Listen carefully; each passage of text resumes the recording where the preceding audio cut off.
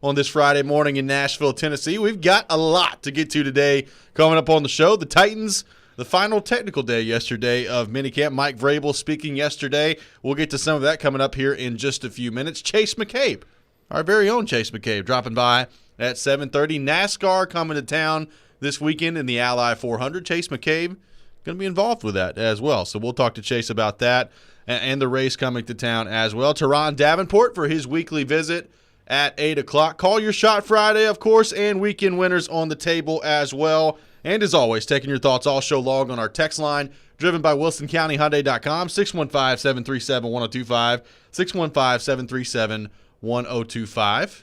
David Beauclair, you made it back. We didn't run you off completely yesterday. I did. It was a little easier to get up this morning even, too, I found. Really? Yeah. Wow. You just – 2 days in, he's already ready to go. Do it once. Why not do it again? I mean, Rexrode's still not used to it, so.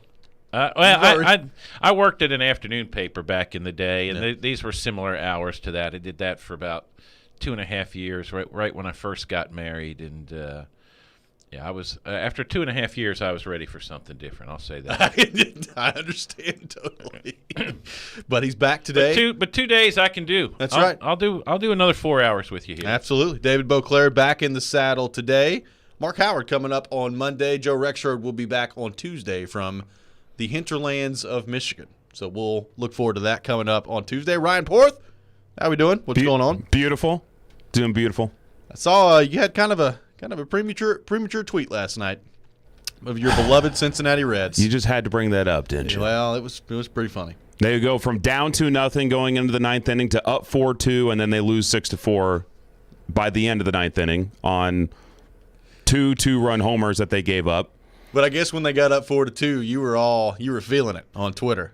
That confidence was in full form. Yes, I was. Back-to-back pitches. They go tie 2-2, and then the next pitch they take a 4-2 lead. They're two hot rookies. Can't take a knee in baseball. No, you can't. Run out the time when you got the lead. There is no clock that you can bleed. Yeah. Well, this is what happens when you go to Aldi to get your bullpen. Well, it's true. I feel like that's been an issue with them for a while. This year more than most years. That's saying something. Wow. Well, good luck to you, Reds. They've been playing pretty well as of late. So I've got faith in them. They won 11-13 going into last night. There you go. Which helped the premature celebration because it's like they're rolling. They just made this ninth inning comeback, and then womp. Then it went all downhill from there. Well, better luck over the weekend. We'll see what happens on that front with the Reds. Preach.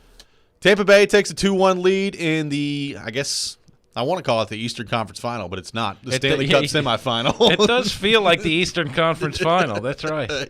They take a 2-1 lead, get a 2-1 win last night against the Islanders at home. Islanders had a late push towards the end. They had a couple good looks to tie it up, but turns out that Andrei Vasilevsky guy in net for Tampa Bay is pretty good. Not bad. Big fella in net. The Bucks forced a Game 7 as well at home last night in the NBA against the Nets. So a lot going on in the world of sports last night. The Game 7, I'm about 99.9% sure, is one that you're going to be able to hear on 102.5 The Game tomorrow night. There you go. That'd be great. Lots of stuff happening this weekend in the world of sports. And the Titans closing out minicamp officially yesterday. Mike Vrabel with his final press conference, I guess, before training camp comes rolling around. And not a whole lot to say from Mike Vrabel yesterday, but one thing he did touch on was what has been a popular topic from really the first game of last season on, and that is the third down defense for this Tennessee Titans team. Mike Vrabel with some interesting comments yesterday on third down defense and how they look to improve that heading into this season. Here's what Titans head coach Mike Vrabel had to say. Like, I know going into this offseason, I know third down on defense was obviously a big priority, and I know Shane mentioned it too, that there had been a lot of work done in that regard. You know, specifically, what did you see in terms of the work done here in the offseason anyway, and did you see reason for optimism that things are, going to get better in that regard? Yeah, John, we're very confident that we'll be improved on third down. It's just, I think it's well done is better than well said. We're going to have to continue to put the work in and practice and do some things at a really good speed to go out there and build confidence so when we go to the season, that there's an understanding of what we're trying to do on each and every call and being able to go out there and execute it, and whether that's affect the quarterback or disrupt timing and a lot of different ways. But you're right, it has to be better. The third down, has to be better for us to be successful. So that was Mike Vrabel yesterday at his press conference, and David, I think that may be the understatement of the year. The third down defense is going to definitely have to be better for them to be successful. It was historically bad a season ago on defense. Honestly, I look at this situation and I realize there's a lot that's changed on defense, and there are a lot of concerns on that side of the ball still heading into the season. I almost feel like third down defense may be better by default, given how bad it was a year ago. I agree too. It can't be worse, but it almost feels to me, and it was mentioned in the question there. Shane Bowen had talked about how much time they've spent on third down defense, and Mike Vrabel talked about it. It almost feels like, the little Dutch boy with his finger in the dike. Like they're plugging this hole, and another hole's about to open up some of their. Yep. They're spending. It's almost like, yes, you have to address it, and you have to deal with it, but it can't be that bad again. You've addressed it through personnel and whatnot. So, just go through. The coaches know. It's not like the coaches had to sit back and say, "Okay, do we know how to defend on third down?" Of course, they know how to defend on third down. I mean, they know what calls to make. It almost feels like a little overcompensation on that regard right now, and the result's going to be a better third down defense, but something else that they've neglected this offseason is going to pop up and be a terrible problem this year. Other team never gets to third down. They're just too busy on first and second down, moving the ball on that front. No, that is interesting. And look, a lot of Titans fans last year, especially when Jonathan Joseph was in, complaining that the secondary, the corners specifically, playing too far off the line and that they were giving the receivers too much of a cushion. You think back to that Pittsburgh game specifically, where Ben Roethlisberger is basically throwing 6-yard routes the whole game and just eating that defense up. I get it. That's very frustrating to watch if you're a Titans fan. Also, I think, when Jonathan Joseph's on the field, one thing that you're concerned about is just getting torched down the field at some point, too. So it's kind of a tough balance there. We'll see if, from a personnel standpoint, they're better equipped to handle that this year. It's certainly it's different personnel, and Caleb Farley's going to be a big part of that if he can get in there. We'll see how they use these guys. A big year for Christian Fulton, second-round draft pick, a guy that you're obviously you cleared the way for him, and you're expecting him to be a big part of that. Probably the slot guy in most occasions, and a guy who's really going to have to be up there battling. We talked yesterday about Jack Rabbit Jenkins and his competitiveness. I'm pretty confident he's a guy who's not going to be playing 7 yards off on every snap. I mean, there will be situations where that's the that's what he's supposed to do. But that guy has shown he's going to be battling. So how important is it in your mind from John Robinson's perspective that Caleb Farley gets in early and is ready to go, and not only is ready to go, but looks the part that he's ready to play at a high level in the NFL? How important is that from John Robinson's point of view? We know what the noise is like with him and first-round picks, especially after the Isaiah Wilson situation a year ago. How important is it that Caleb Farley comes in and not only is available early, but plays well early? Early, I don't think it's. I mean, you want him in there as soon as possible because he's big, he's athletic, he's your first-round draft pick, obviously. But I think it's more in their minds. It's the Jeffrey Simmons thing. It's like we've got this guy for 4, maybe 5 years. If we give up a couple games on the front end to make sure he's physically right, and we get the really good 3.5, 4.5 years out of him, that on balance, that's a win. That's what you're thinking of as the Titans, and it was sort of the same mindset in terms of drafting Simmons. It's like we understand the medical reasons that this guy is available when we're picking, but if not for those medical reasons, he wouldn't be here now. He's too good to pass up at this point. Is the thinking. So, do you want him out there in week 1? Yes. If it's not till October, that's going to be okay, provided he's healthy and can do the things you expect him to do. Mike Vrabel's he's in full midseason form yesterday, wasn't he?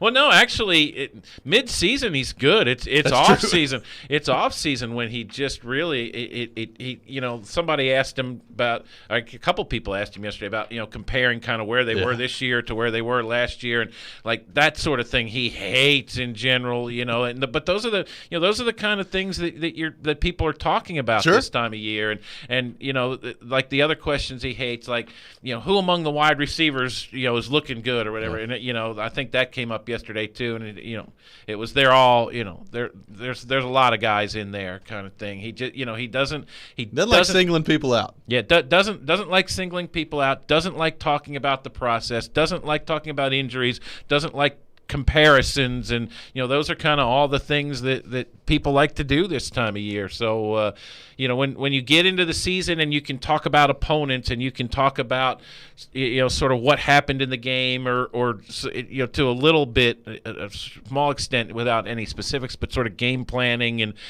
dealing with what's going to come up in a game. Those are when he can talk football, when he can talk actual football, man, I would imagine sitting around a living room with a couple beers watching a game with him would be a real treat, because he just loves talking actual football, that's for sure.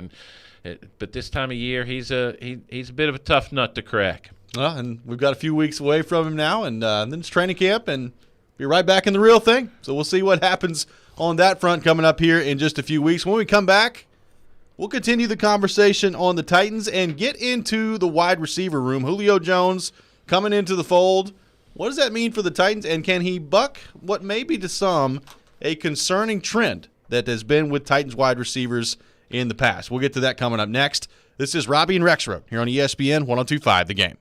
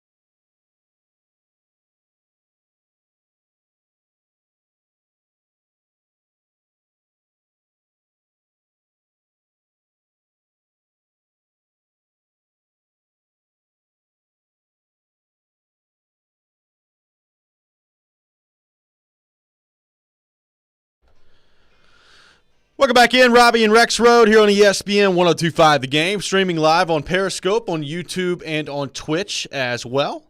Robby Stanley, David Beauclair, Ryan Porth here with you on this Friday morning in Nashville, Tennessee, talking Titans, and Julio Jones, the addition to the Titans, obviously has been met with a lot of fanfare, and we had Brian Finneran on yesterday talking about what he still has left in the tank at 32 years old. He looks great in the minicamp drills that he has. We know that before he got hurt last year, still producing at an elite level on the field. So a lot of excitement, a lot of high expectations from Titans fans for Julio Jones coming into this team.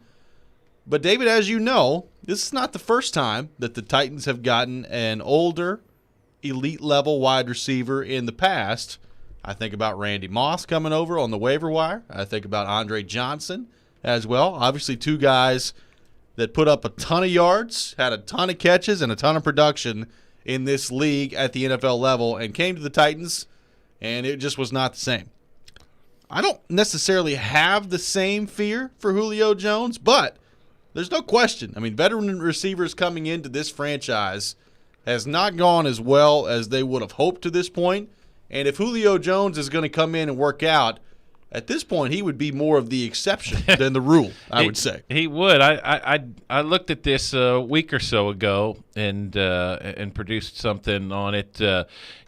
I found four guys: Carl Pickens in 2000, yep. Eric Moulds 2007, Randy Moss 2010, and Andre Johnson. The last three of those guys all among the top 40 in career catches in the NFL, as Julio Jones is, and none of them worked out very well. Like you think back to Carl Pickens in 2000, they get him here, and they sign him to a 5-year contract. He's 30 years old. Had been productive in Cincinnati, had led the league in touchdown catches 1 year. Guy played 1 year, caught 10 passes. Yeah. How'd that work out? Not very well. Not very well. Randy Moss, the great makeup for not drafting him in 98. You get him 12 years later on the waiver wire. The guy had a 3-game stretch where they didn't even throw him a pass. It's incredible. It really is. Which, I mean, that was more an indictment of Vince Young's quarterback play at that point than yes. it was where Randy Moss was. But guy played 8 games for him, caught 6 passes. Randy Moss, 6 passes. Andre Johnson shows up after all those years in Houston. 1 year in Indianapolis, plays half the season. I'm going to retire. Yeah. Thanks, I'm done. 9 catches.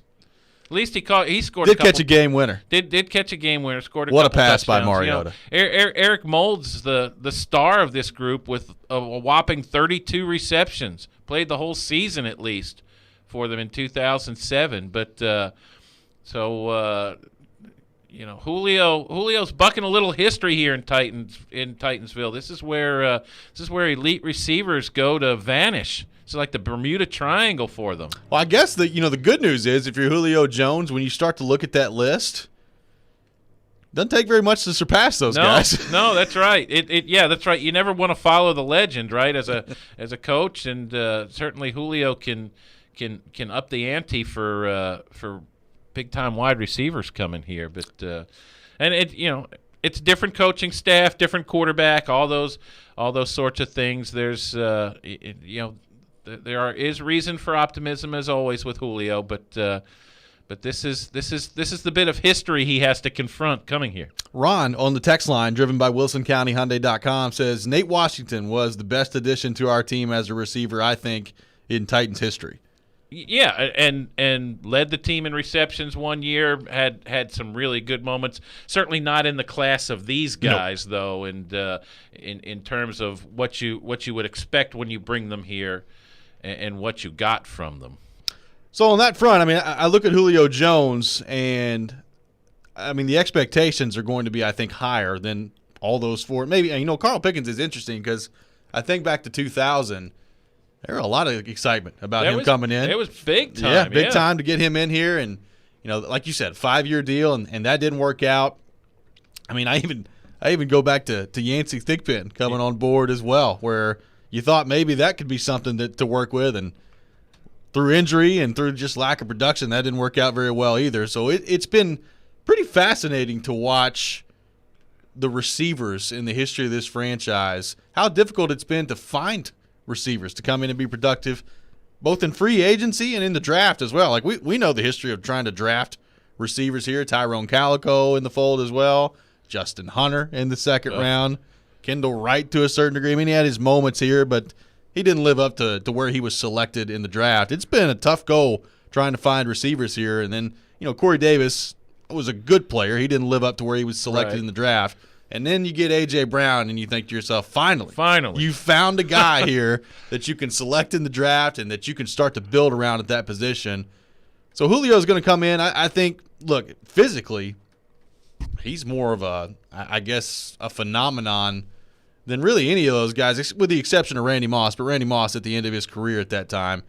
I think Julio's got a chance to buck this trend based on just how much I think he's still got left in the tank. He looks awfully good out there. I mean, it's the injury. It's last year's injury that scares you, and you start to think, okay, is he one of these guys who's going to miss at least 5 or 6 games every year now that he plays, or can he, was this just one of those things that happened to him and he's going to be fine? And certainly, everyone wants to believe the latter around here, and if you've watched him, it's easy to believe that because Julio Jones is not your normal wide receiver. I mean, you saw it from the day he showed up at Alabama. You saw it from the day he showed up in the NFL. He's just better. He's just built better than everybody else. It's just it just. That little bit of history, when I think about it, it's like, oh, is something gonna happen that he's just gonna be the next in line here for that list? It's like the Predators trying to find that elite scorer. Yeah. It's really hard to do on that front. Let's go back to the text line, driven by WilsonCountyHyundai.com. Troy texting in, none of those receivers were under this regime. Right. That is true. They were not. Now, they were spread out over a few regimes here with the Tennessee Titans, especially when you think about Andre Johnson coming in as well. But it's a different league, first off. It's much more of a passing league, especially when you think back to Carl Pickens. I mean, the NFL in 2000 and the NFL now in 2021, almost two completely different sports. So to Troy's point, definitely a different regime, a different league.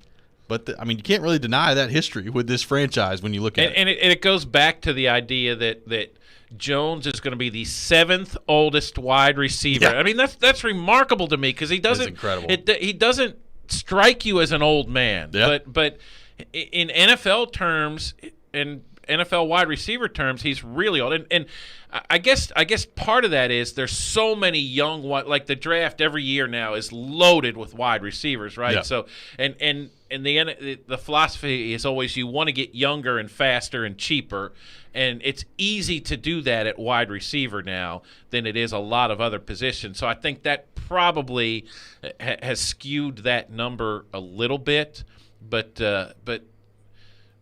Julio Jones is an old man. These are. I'm sure in his quiet moments in the middle of the night when John Robinson starts rolling over worst case scenarios, these are the kind of things that come up in his head too, where he's just like, okay, what happens if all of a sudden Julio Jones plays like an old wide receiver instead of Julio Jones, and they'll have to adjust, I guess. Well, we've seen it in this league too. I mean, the end comes pretty quickly. Yeah. I mean, it's you can be really, really good, and all of a sudden you lose that step or half step, and that can make all the difference. Now, again, I'm not saying that's going to happen with Julio Jones because I still think he's got a lot left in the tank. But this league, it doesn't take long before it starts to go the other way in a hurry. You're right. It's not Julio goes from 16 yards a carry to 14.5 yards a carry to 13.5. It's like you go from 16.5 yards a catch to 9 yards a catch, just like that. And all of a sudden you can't run away from people, and you've seen it. Those skill positions, you see that it's a cliff, much more so than a nice easy glide downhill. And It's kind of the same thing on the other side of the ball too, like at corner. Cornerback is a big position for that all the time. And you know, I thought Malcolm Butler, for the most part, given the defense he was on last year, was pretty good for the most part. Yep.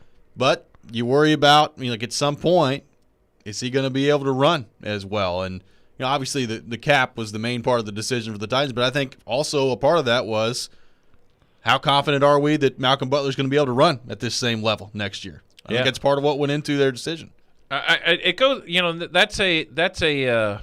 that's a big part of all of John Robinson's contracts too. It seems to me that if it's a 5-year deal, you can see it's really more like a 3-year deal, and he always sort of gives himself an out in these long-term deals. With Julio, you've got him for 3 years now. You'd like to think it's going to be 3 really good years. Maybe you have to reevaluate after the second year. Now, I mean, this isn't a contract he put together. It's but I mean, 3 years he'll be 35 years old, and probably the oldest wide receiver in the league at that point. But and if it's not this year, you feel like that cliff is coming somewhere in the next 3 years for Julio. It's just the Titans hope it's a little further off in the distance there. That's right. We'll continue the conversation on the Titans wide receiver room when we come back. What kind of an impact could Julio Jones have on the younger receivers? And what do we think of this wide receiver room? Who's going to make this team? We'll get to that coming up next. This is Robby and Rexrode here on ESPN 102.5 The Game.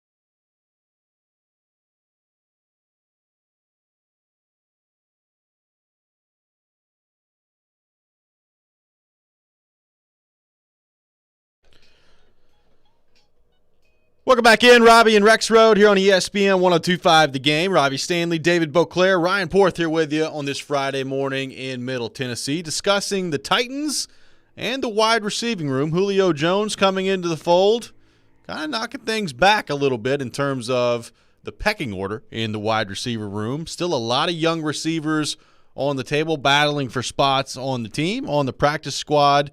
And we had Brian Finneran on yesterday, former Falcons wide receiver, now with 680 The Fan down in Atlanta. And he discussed the impact Julio Jones could make, not only on the field with the Titans, but with the younger receivers as well. Here's what Brian Finneran had to say on the impact of Julio Jones. I think you take a little bit from everybody you play with. So Julio got to play with Roddy White and Harry Douglas, who was in Tennessee for a little bit, and Eric Weems, and a handful of other guys, Calvin Ridley, who seems like has come a long way under the tutelage of Julio Jones. Now, they all have their original talent and skill sets, but Julio is top-notch. And I think there's certain routes. The post corner for Julio is just deadly because he breaks it off so hard to the post and then changes direction so easily to get back to the corner.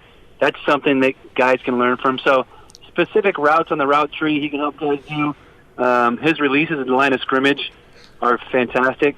So when you get to be a veteran like Julio is, you just take little parts of your game and try to pass those on to the guys you're playing with, whether that's AJ, who's pretty much a veteran now, or young guys on that roster as well. So he'll help wherever he can out, and they'll benefit from it big time. So that was Brian Finneran on with us yesterday on the show. And, David, you look at, obviously, Julio Jones has come in and, by all reports, on the field has already started to do some of that, where he's showing receivers kind of something that he notices in their routes or things that he's picked up along the way. And you brought that up. How beneficial could that be even with A.J. Brown at this point in his career? How big a deal is this with Julio Jones coming in and everything he's seen, everything he's done, the experience that he has? How much do you think this could help the receivers already in the room, A.J. Brown specifically? Yeah, by all accounts, he's a willing mentor, which is always good. There are certain things that Julio Jones does that he won't be able to teach, right? I mean, let's face it. Like when Brian was talking about that post corner route and like how good he is at running it, and I was like, well, yeah, because he's Julio Jones. That's exactly right. Like he's probably not going to be able to teach somebody how to make that seamless cut and leave defensive backs flailing. What he can tell them is, like, look, if you see a defensive back lined up this way, it probably means so and so. Or if you attack a defensive back this way, you can make him turn a certain direction and then you can go the other way. Those are the kinds of things that experience and understanding and being an older guy in the league, those are the things that all that gives you. And if you're willing to share, and that's always a big thing with veterans in this league. Are you helping the guys who are going to one day replace you, or are you not? And if you're Julio Jones, I think that's probably easy to do, because you look at these guys and none of them scare you physically. None of them, none of them. I remember hearing when Drew Bledsoe in Dallas.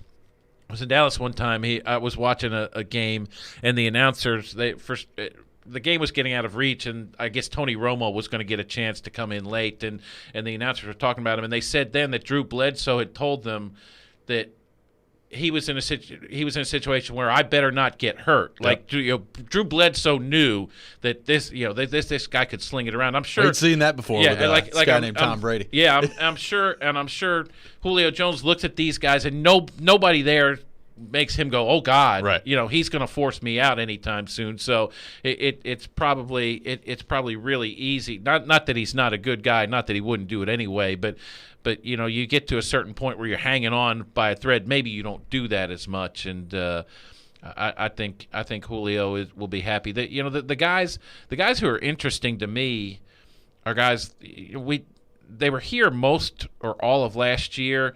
They're veteran guys, and specifically Chester Rogers and Marcus Johnson, who are going to get a chance in the preseason. They're gonna have more of an opportunity in training camp to show what they can do. Can they sort of upset the balance of or the depth chart, what we see as the pecking order for these wide receivers, and do something, carve out a spot for themselves this year. Well, and it's interesting if you're the Titans. I mean, how many are you keeping at wide receiver? Because I look at it now, and 4 spots are spoken for at this point. You've got A.J. Brown, you've got Julio Jones, you've got Josh Reynolds, and Des Fitzpatrick, who you just drafted in the 4th round. So you traded up 17 spots to get. Exactly. I mean, that speaks volumes about how much they want him on this team. So that's 4 spots right there. I mean, we've seen teams keep 5 wide receivers. 5 or 6 is the number. Yeah.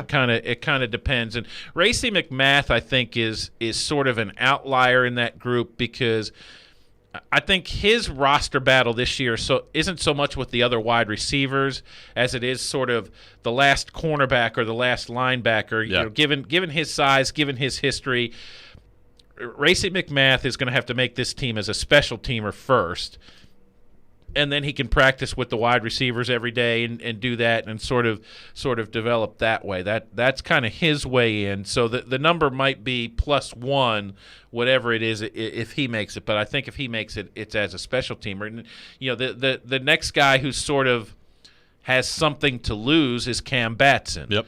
Because he's in this group of big giant wide receivers. He's the small, quick, more what you think of as a slot guy right now. He's sort of the prototypical slot guy. Plus, he's their return man with Khalif Raymond off in Detroit now. And Batson's a guy Mike Vrabel has really liked and has been unabashed in his admiration for Batson's toughness the last couple years. So Batson is sort of the guy that's there and has a spot to lose, I would think, going into the preseason. And that's why I say then you look at guys like Rodgers and Johnson and Nick Westbrook-Akina was did some things last year. Managed to be on the roster all season long. We know Joe Rexrode was a big fan of Nick Westbrook-Akina. Like he's one of those guys who as a rookie you say that guy had a good year, got himself off to a good start. Well, guess what?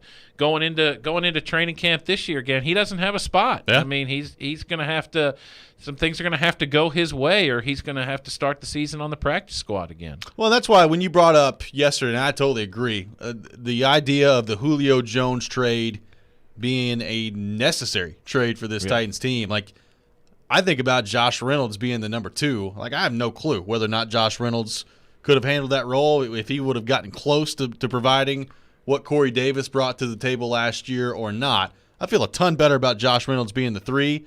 And what this also allows you to do with Des Fitzpatrick, I mean, if he's not ready out of the gate for meaningful snaps, you don't really have to give it to him at this point. Like he was going to be your 3, and you were going to need him to play pretty regularly for this team. Now you can kind of bring him along at his own pace.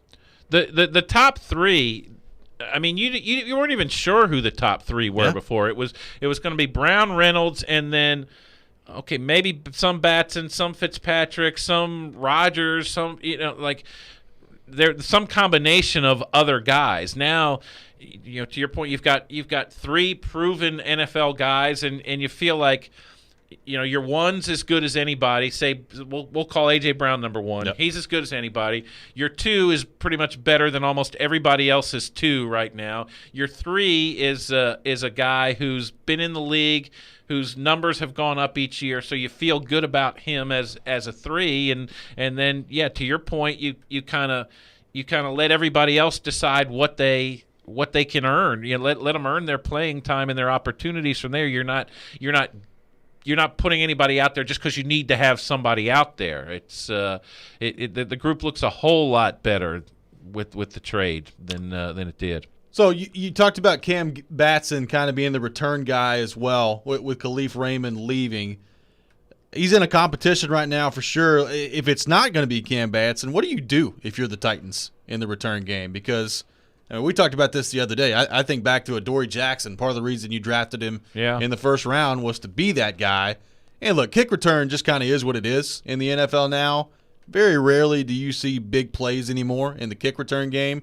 Punt return, though, I feel like there have been times over the last 4 or 5 years where that's been a pretty big weakness for the Titans that they've got to find a way to address as they move forward here.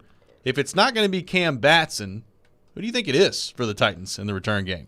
That's a really good question, and I have to admit, one that I have not pondered. Darrington Evans is a guy who is has return experience, and I think he'll probably be the kickoff returner.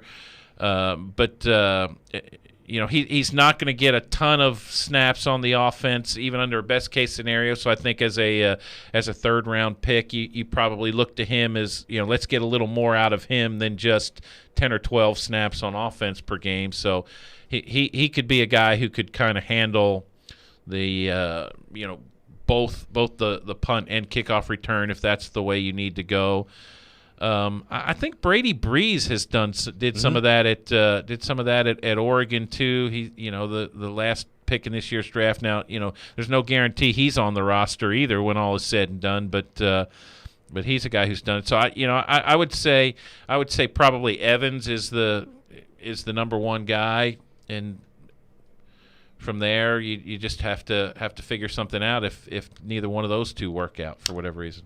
So what's your confidence level in the Titans wide receiver room?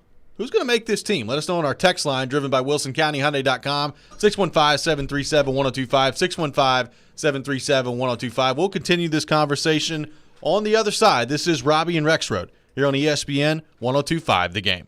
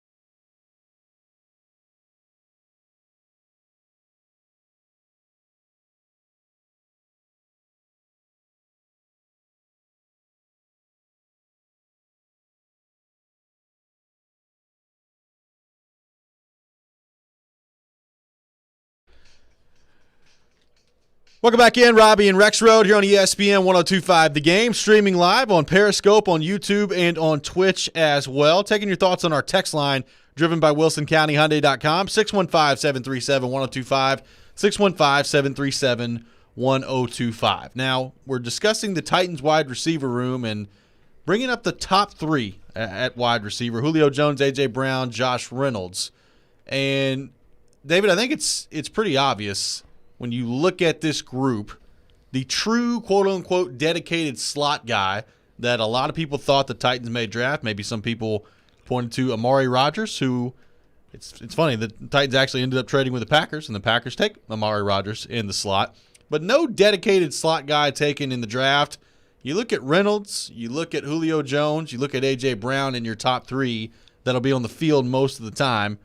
None of those guys really true dedicated slot receivers either. So how do you think they go about handling that? Do you think it's just a constant state of moving guys around? Is that going to be Josh Reynolds' responsibility most of the time? Is it going to be Anthony Ferkser? How do you think they handle that if you're the Titans on offense? Yeah, I think it'll be a lot of Reynolds. I think everybody sort of likes the idea of the bigger, the badder we can be at wide receiver, the better. I mean, you're already intimidating looking when you break the huddle with A.J. Brown and Julio Jones and Derrick Henry, and now you add Josh Reynolds, who's 6'3", 197, and you line him out there in the slot up against a 5'9", 180-pound cornerback, and I mean, that could be some fun. You figure out some things. Maybe you don't run the traditional slot routes with him all the time. Maybe you do a couple things differently there. But I think like as we say, I think Batson is that guy who sort of fits the suit, if you will, in terms of what a slot receiver looks like and should be, and did that role fairly well late last season. Got some throws, but maybe that's what you do. You just kind of do it differently than everybody else. Well, it's interesting. I mean, Reynolds is an interesting guy. He's played in every game since he's come into the league. He's not missed a game yet to this point. 16 games every year. His targets have gone up every year. His receptions have gone up. Most years went up dramatically. Last year, 52 catches a year ago, 618 yards. A great deal for the Titans. He's on a one-year deal for hardly any money whatsoever. And, probably signed the deal hoping that, the cap goes back up next year. You're back in free agency, and you can kind of get your payday then. I do wonder, with Julio Jones coming into the fold, how is that going to affect Josh Reynolds? I mean, we've heard both sides. Some people on our text line have said that's going to open him up for even more opportunities now with Julio Jones coming in. And some people have said, sorry, buddy, those balls are going to be going to Julio Jones at this point. It's going to be interesting to see kind of how he fits in to this offense. It's going to cost him play time. Yep. No question. It's going to cost him snaps. It's going to cost him targets. I asked him last week, and he almost bid on it, but he stopped himself, and he said, you think about it in the back of your mind. Because I asked him, have you thought about what it will mean in terms of the caliber of player who will be covering you? He's not going to be facing anybody's number 1 or number 2 cornerback. Nope. And maybe not their number 3 if they're doubling one of the outside guys. Now you're looking at a safety, or you're looking at a 4th cornerback, or sometimes you might even be looking at a smaller, faster linebacker trying to cover him.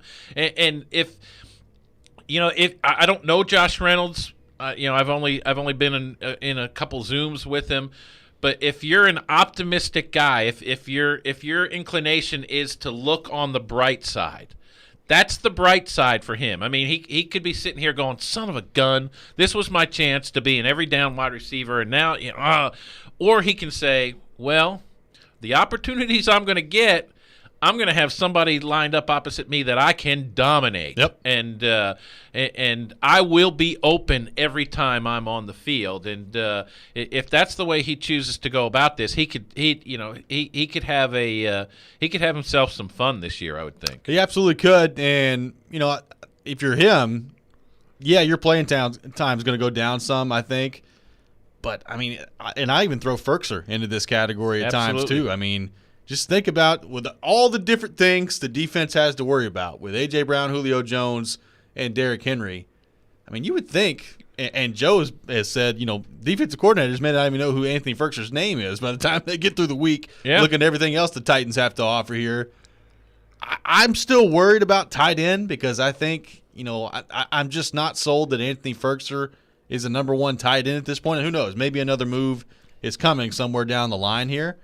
But the more I think about it, the more I can kind of see, at least if this is it and this is the direction the Titans go, I can see what the thought process is of, all right, you got Julio Jones. We've seen Anthony Ferkser can catch the ball. Obviously, Ryan Tannehill trusts Anthony Ferkser to a pretty good degree. We've seen that over the last couple of years. He could get some good opportunities coming over the middle. Yeah, I'm with you on that. I think the tight end room should be better than it is. I fear that it's going to be a little predictable. That if Jeff Swaim's out there, defenses can bet 85% chance here they're running the ball. If Anthony Ferkser's out there, they go, okay, 85% chance this is a pass. They're going to be tipping their hands a little bit there, but at the same time, Ryan Tannehill completed 315 throws last year. If you say that's the number again, almost half of those would go to Julio Jones and A.J. Brown to start with this year. Josh Reynolds catches another 35 to 40. There's just not that many throws to go around. So do you need a guy? Do you need a guy to be Jonnu Smith this year? I mean, obviously you'd like to. You'd like to have as many versatile weapons as possible. But maybe that's what.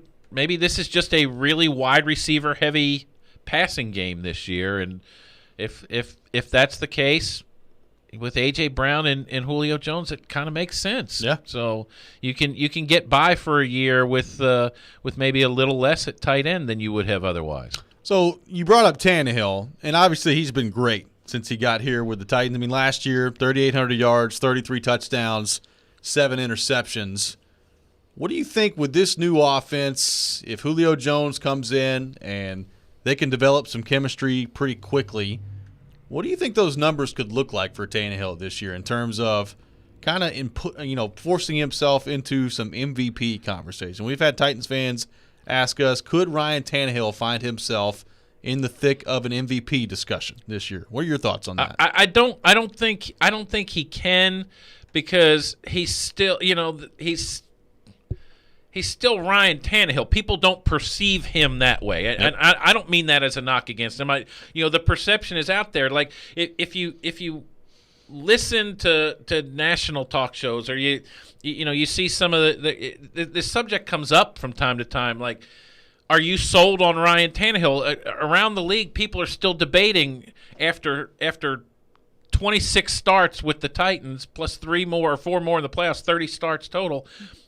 People are debating, well, when's Ryan Tannehill going to look like Ryan Tannehill again? Like people still are fixated on the Miami version of Ryan Tannehill. So I don't think and if things go as well as everybody has envisioned, it's going to be, well, of course he has big numbers. Look at everybody who's around him. Ryan, for whatever reason, Ryan Tannehill is now in the situation where he can be as good or better than anyone can imagine, and he's just not going to get the credit for it for whatever reason. Well, just look at the reaction when Julio was traded here from some of the national media as well. It was, oh, you got A.J. Brown, you've got Derrick Henry, you've got Julio Jones, and Ryan Tannehill. Yeah. You got Ryan Tannehill as well.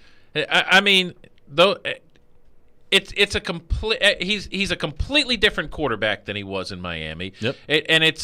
This is a completely different organization. It's not like he was surrounded by great players all those years in Miami either. Plus, he was a young, developing quarterback. I mean, for whatever reason, he can't shake that, and I'm guilty of that too. So I find myself thinking sometimes, well, okay, but I earlier this offseason, I had a conversation with Jim Mora Jr., former head coach of the Seahawks and 49ers. I asked him specifically, I said, is Ryan Tannehill at the point now where if something happened to Derrick Henry, he could keep the Titans going and they can be a Super Bowl contender with him as the primary piece of the offense. And he just kind of chuckled. He goes, "Yeah, I wouldn't say that." I mean that's the reputation that he has, and I don't know what he has to do to shake that. Yeah. I mean, maybe he has to go 40 for 50 for 475 yards and 4 touchdowns and a Super Bowl win. Maybe that's what it'll take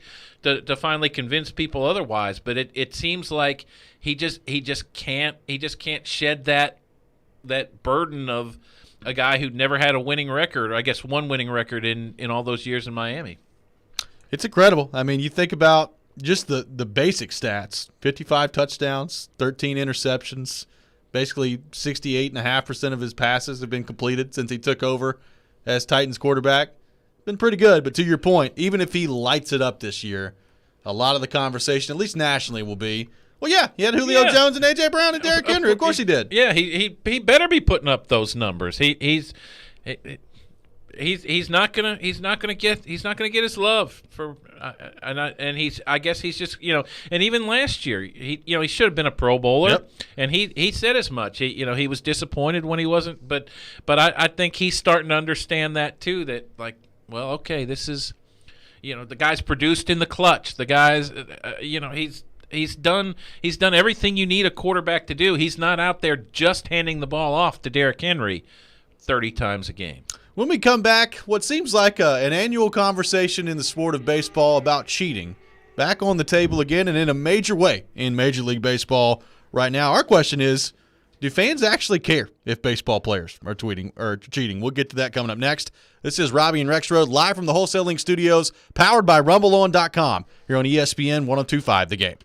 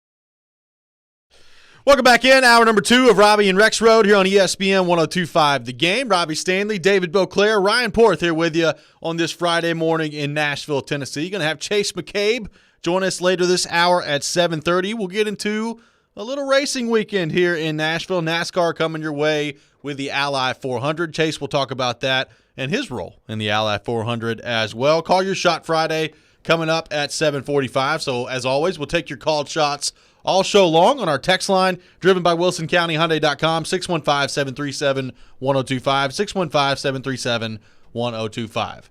So, David, here we are yet again in another summer where Major League Baseball is being played, and the conversation is not about the teams on the field. It's not about who's in first place. It's not about the pennant races. It's about cheating and the idea of pitchers trying to get the upper hand on batters. We've talked about the Astros as well and the cheating scandal that took place there going back to 2017. And now the big conversation in Major League Baseball is spider tack being used on the mound by pitchers, which basically just allows the pitchers to get a better grip on the baseball. The spin rate goes up, and they're able, number one, to better control where the ball is going, but number two, and some of these breaking balls are pretty unbelievable with the spin rate that they're able to generate on these baseballs. Now, technically, this has been against the rules the whole time, but this has not been enforced by Major League Baseball until recently, where it's been called out. Trevor Bauer has been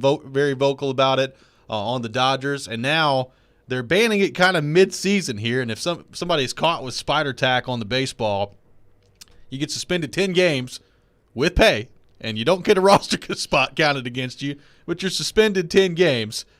My question to you is kind of twofold here. As you look at this scenario in baseball, we've seen it all in baseball, from steroids now to this, with rosin being used on the mound and spider tack used on the mound. I mean, players have been cheating in baseball for a long time. They've been cheating in baseball for forever. My first question is, do fans actually care about this? Like, do fans care about cheating in baseball?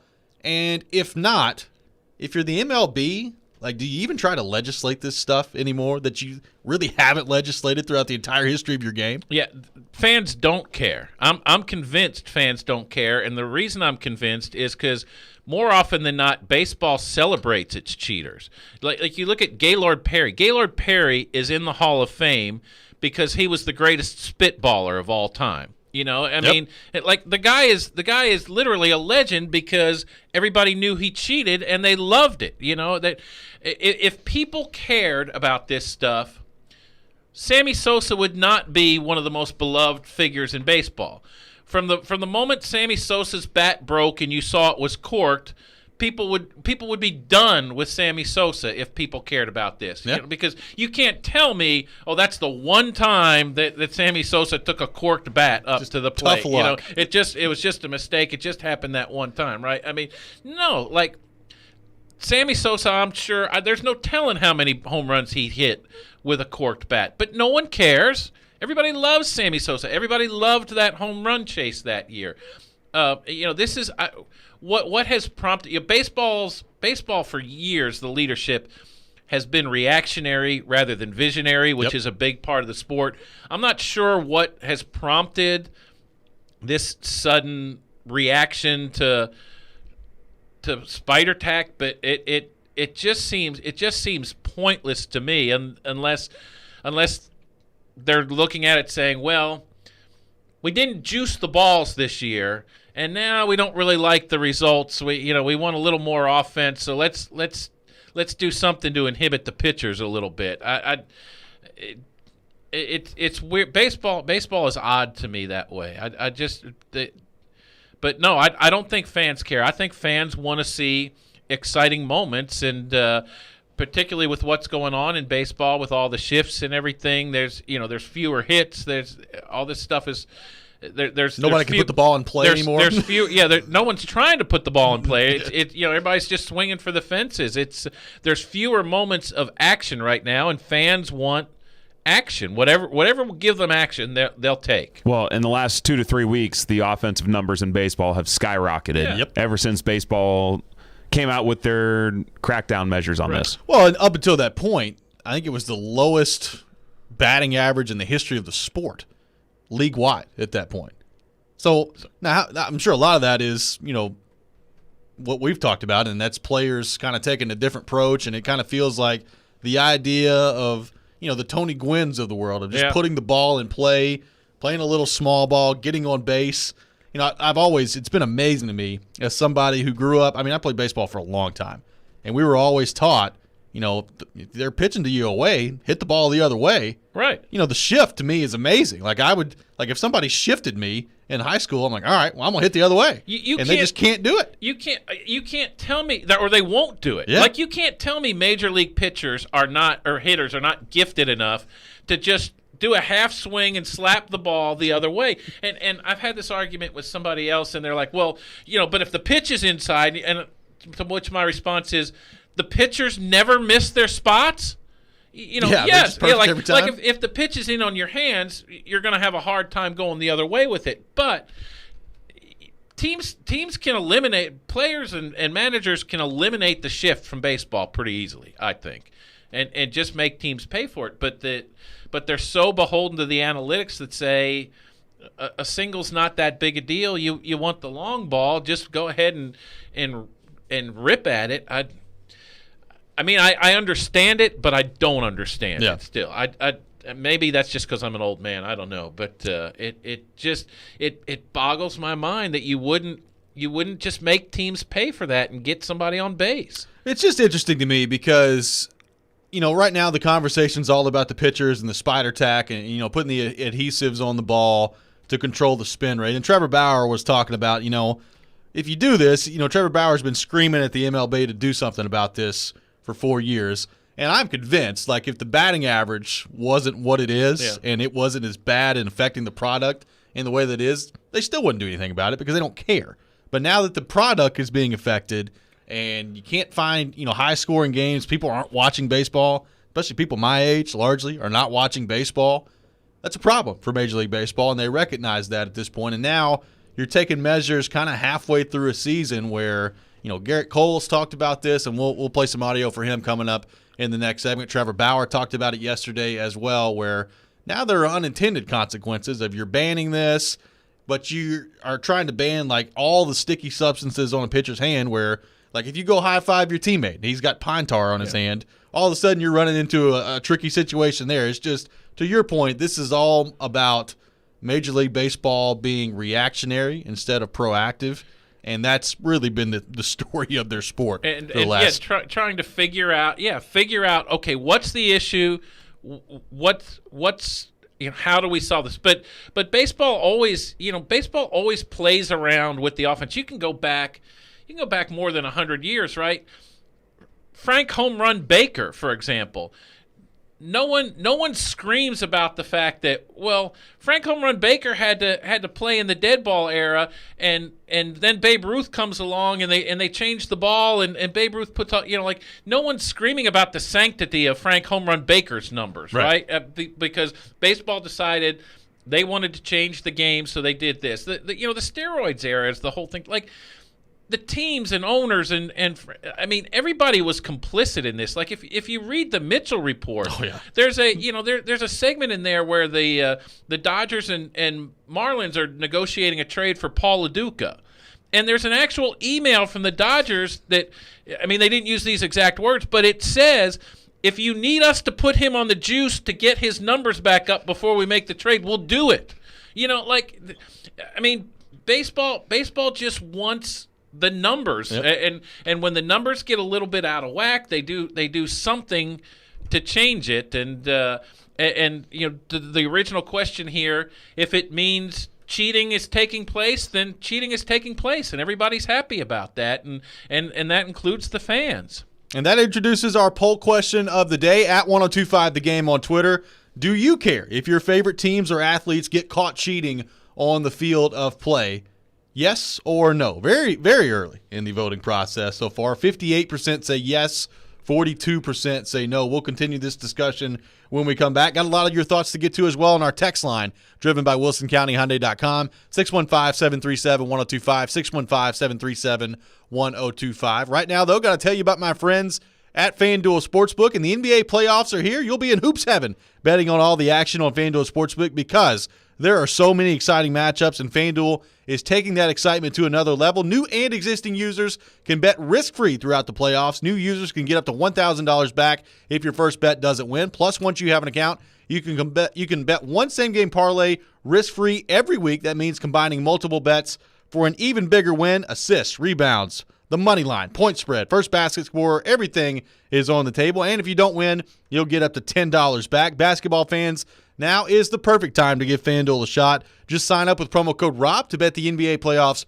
risk-free exclusively on the FanDuel Sportsbook app. You must be 21 or older and present in Tennessee. Risk-free bet for first online real money wager only, and refund issued as non-withdrawable site credit that expires in 14 days. Same-game parlay refund issued as non-withdrawable site credit that expires in 7 days. A max refund of $10. Restrictions apply. See terms at sportsbook.fanduel.com. Same-game parlay available for multiple sports on all states on mobile and web. Gambling problem? Call the Tennessee Red Line at 1-800-889-9789.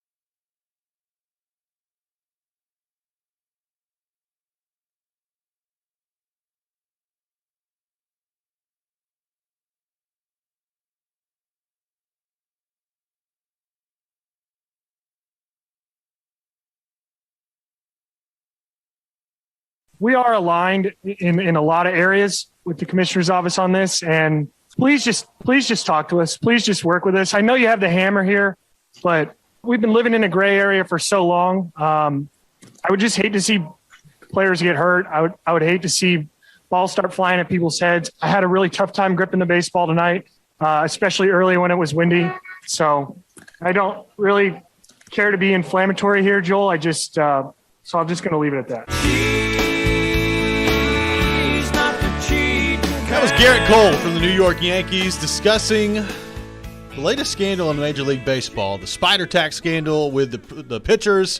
and the adhesive on the ball, making it less easy to grip, less easy to control the spin rate as well. You heard Garrett Cole in that clip talking about not being able to grip the ball as well. Now, I will say, the process they go through to get these baseballs ready for a Major League Baseball game, they're coming out of the box, they're rubbing mud all over them, and when that dries, the ball becomes slick. So it's not like, the balls that I grew up playing with on the baseball field where, they're lucky to have stitches sewn together at that point. These are pretty high-quality baseballs at that point, but they can be difficult to grip.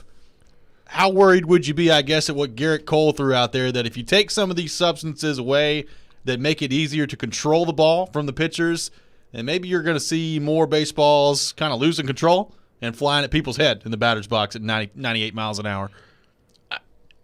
Yes, that's a concern, but these are major league pitchers too. When they miss, they don't miss by a mile, right? They miss. You're talking about missing your spots by a couple of inches, and I don't think the risk is much, if at all, higher than it normally would when you stand in there. It's just a question of the pitchers sort of convincing themselves that this is a huge issue. If you're in the major leagues, you can pitch, you can hit your spots.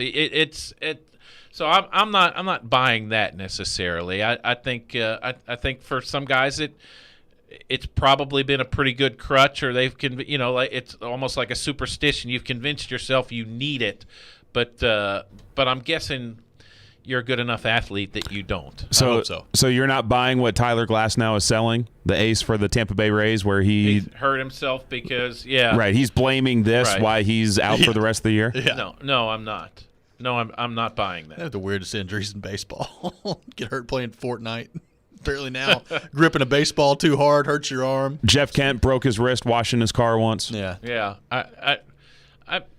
No, these are world-class athletes, right?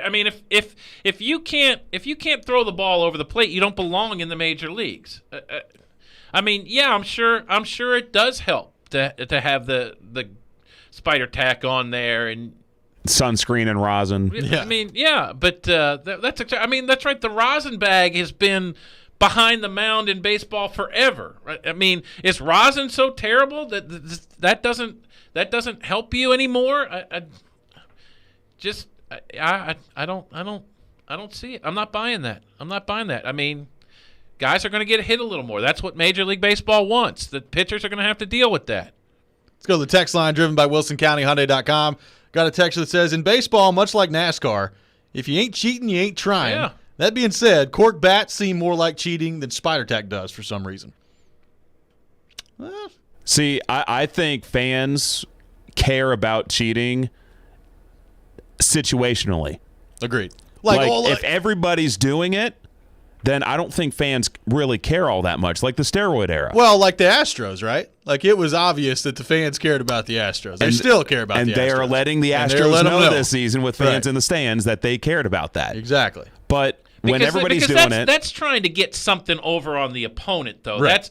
That's I don't think the fans that I think is a little bit different. Where you're, but with the physical enhancements, or if you're just doing something yourself to try and make yourself a little better, fine. If you're trying to screw the opposition, that's maybe that's where the line is strong. Sure. And if their team is affected by it, I think they do care about it. Yeah. One way or the other. Now, it's interesting, though, because, I think Ryan Spader came out yesterday and went on this big Twitter thread about, cheating going on in Major League Baseball and how this spider tack is just kind of scratching the surface of it. And he brought the Yankees a couple years ago, and he pointed out Aaron Judge's home run numbers at home and home run numbers on the road, and it's incredible how different they are, and talked about, different ways the Yankees are helping him up at bat.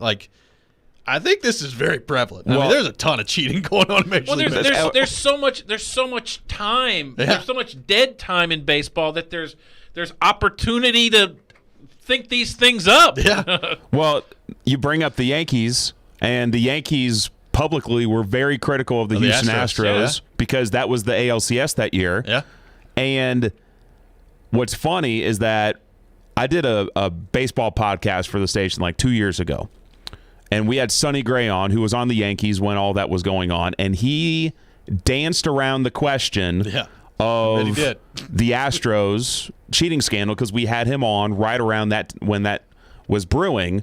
And I said to Calvin Smith, who I was doing the baseball podcast with at that time, I'm like, I don't know if the Yankees are completely innocent here of their own doing. Yeah. Well, there was a report also that, like, the Dodgers, who have been probably more vocal than anybody about Houston, they had, like, some guy walking around in an MLB polo setting up cameras in the home stadium to find, like, different angles for their hitters. I mean, it's everybody. And again, it's because Major League Baseball has always sort of given a wink and a nod to whatever is going on in the sport. The bottom line has always been if the fans are excited and the fans are engaged, baseball is happy. It's only when the excitement for the game wanes that baseball reacts and decides we need to do something about something. And this is just the latest example of it. Got a texter on the text line that says, as far as the baseball is concerned, I wouldn't call it cheating. I'd call it preparing, because if everyone is cheating, then you have to be prepared to counter the cheater. I think that may sum it up the best. It's it's the Lance Armstrong thing too. Like, I mean, everybody in the sport was doing it at that time. I still think most people in this country, they hear the name Lance Armstrong, they think Tour de France champion. Yep. I don't think they think epic cheater. I to that point, it was everybody was doing it. He did it better, or he was, he managed to be better because of doing it. And I want to, and I'm like, I want to be indignant too sometimes, but I find myself like, I enjoyed watching Lance Armstrong back in the day. That was exciting to me. And well, think about the home run race between McGwire and Sosa. Was sensational. In my lifetime, that's by far the most popular baseball has ever been. It's not close. Like, that's by far the most popular it's been. I think another layer to this is if you get caught, do you lie or do you admit it? Yeah. Like, people go after the liars. Pull a Rafael Palmeiro up there. When he points his finger at Congress saying he didn't put anything in his body, and then he's, caught once again doing it. And that's where Armstrong looks bad, because his denials were so fierce and so vindictive for so many years. But like Andy Pettit, wasn't Andy Pettit caught and he came out and said, I did it. Yeah. And people don't look at Andy Pettit the same way they do Rafael Palmeiro. I think you're right. I think people respect that. I think people respect the honesty that, I did it. Other guys were doing it, but here's what I did and why I did it. And I think people understand that. Got a texter that says, we do care. It's integrity. None of the players who use steroids are in the Hall of Fame. That's why Sammy Sosa is not in the Hall of Fame as well. Rosenbag should give you all the grip you need. Pitchers are crying when the odds are statistically in their advantage. Yeah, there is something to the steroid part of this, but I mean, the steroid thing, it's funny to me because that's just one instance of the cheating that's been going on in baseball. I mean, as we're starting to find out in this game, there's a mountain of other instances. Yeah. So if you start leaving people out of the Hall of Fame for steroids, which they have, like, where does that line stop? Like, you're going to start leaving – like, Garrett Cole is a phenomenal pitcher. Like, if he keeps up this rate that he's been on, he's going to be on the borderline of a Hall of Fame. Like, he's that good. If he keeps this up for the next decade or so, you can keep him out of the Hall of Fame because of spider tack? Well, the comment that he made at the start of the segment, he when you watch the clip, it looks like he's about to cry. Yeah. Talking about this. And you look at his stat line that night, and it looked like a Garrett Cole stat line. Yeah. Outside of maybe the strikeout numbers, but I mean, Garrett Cole has been just fine. And to the Hall of Fame point too, like, there are certain guys at a certain point these guys have to start going in though. Like Barry Bonds. Barry Bonds was the best player in baseball for a 5-6 year period before he blew up and turned into this massive home run hitter. Like, Barry Bonds was the best player of his era, period. Belongs in the Hall of Fame. Roger Clemens was the best pitcher of his era, period. For a long time, belongs in the Hall of Fame. You know who the best players were. Right. Put them in.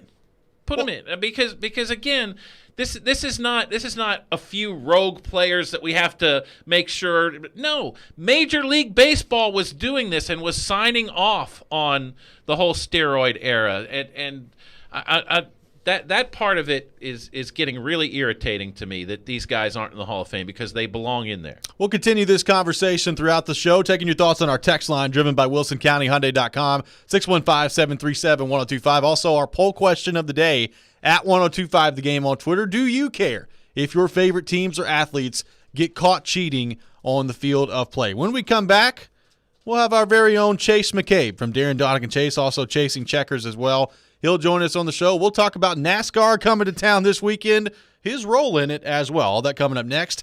This is Robby and Rexrode here on ESPN 1025 The Game.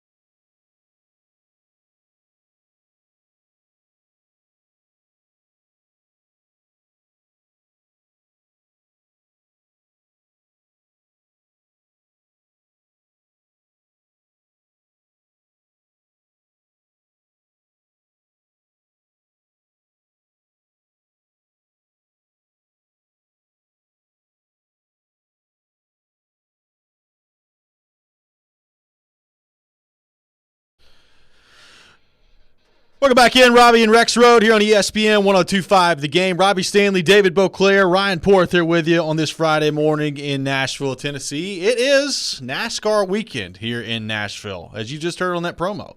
The Ally 400 coming up this weekend at Nashville Super Speedway. And to help us talk more about that, we welcome in our good friend from Darren, Donick, and Chase, also host of Chasing Checkers as well, Chase McCabe. Chaser, what's going on, brother? How we doing? Hey, Rob, I am ready to rock and roll, and Boki, good to be on with you as well. And it's race weekend. That's right. It's I was there yesterday, and so it got real walking in and seeing that place. It looks great. So before we get started on the actual racing front of this, kind of tell people what your role is going to be in racing weekend coming up this weekend at the Ally 400. Yeah, it's going to be cool.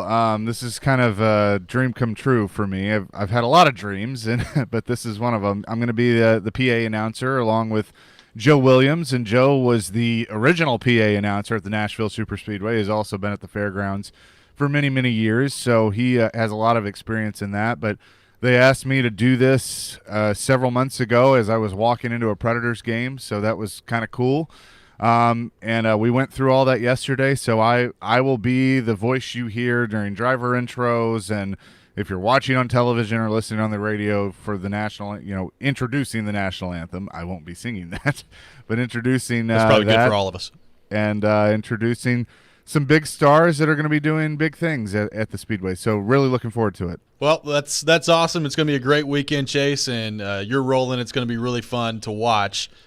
As you kind of look at this with the Ally 400 coming in here, and we've talked about NASCAR and racing in Nashville for a few years now, and drivers have been very vocal. They want to see racing back in Nashville. They love having racing in Nashville. How big a deal is it now that we're here for this weekend to be here? The Ally 400 at the Superspeedway is back. What's been the reaction that you've seen from the NASCAR media, from the drivers, everything kind of leading up to this race?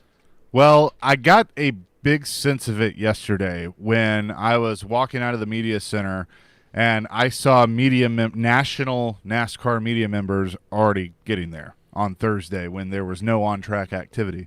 So that kind of told me, yeah, this is a big deal. And then the more people I talked to, they said, yeah, everybody and their brother and sister are coming in for this race because it's the first time since COVID started that a track is going to be sold out. I mean, this is and that's huge because Nashville, it makes sense. But there is a ton of just excitement about this sport coming back to this community, and I know that there's a lot about with the fairgrounds that's still ongoing, but this facility is looking awesome. They've done a tremendous job getting it ready for this weekend. The new signage being up and just renovations that they've made. Walking in the media center, I mean, it looks brand new with everything that they have done. So there is a ton of excitement, and there are going to be a lot of people from the industry and country music that are going to be coming together this weekend.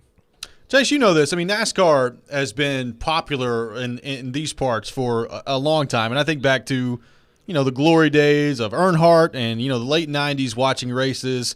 I mean, the Daytona 500 used to be appointment viewing for me and my entire family.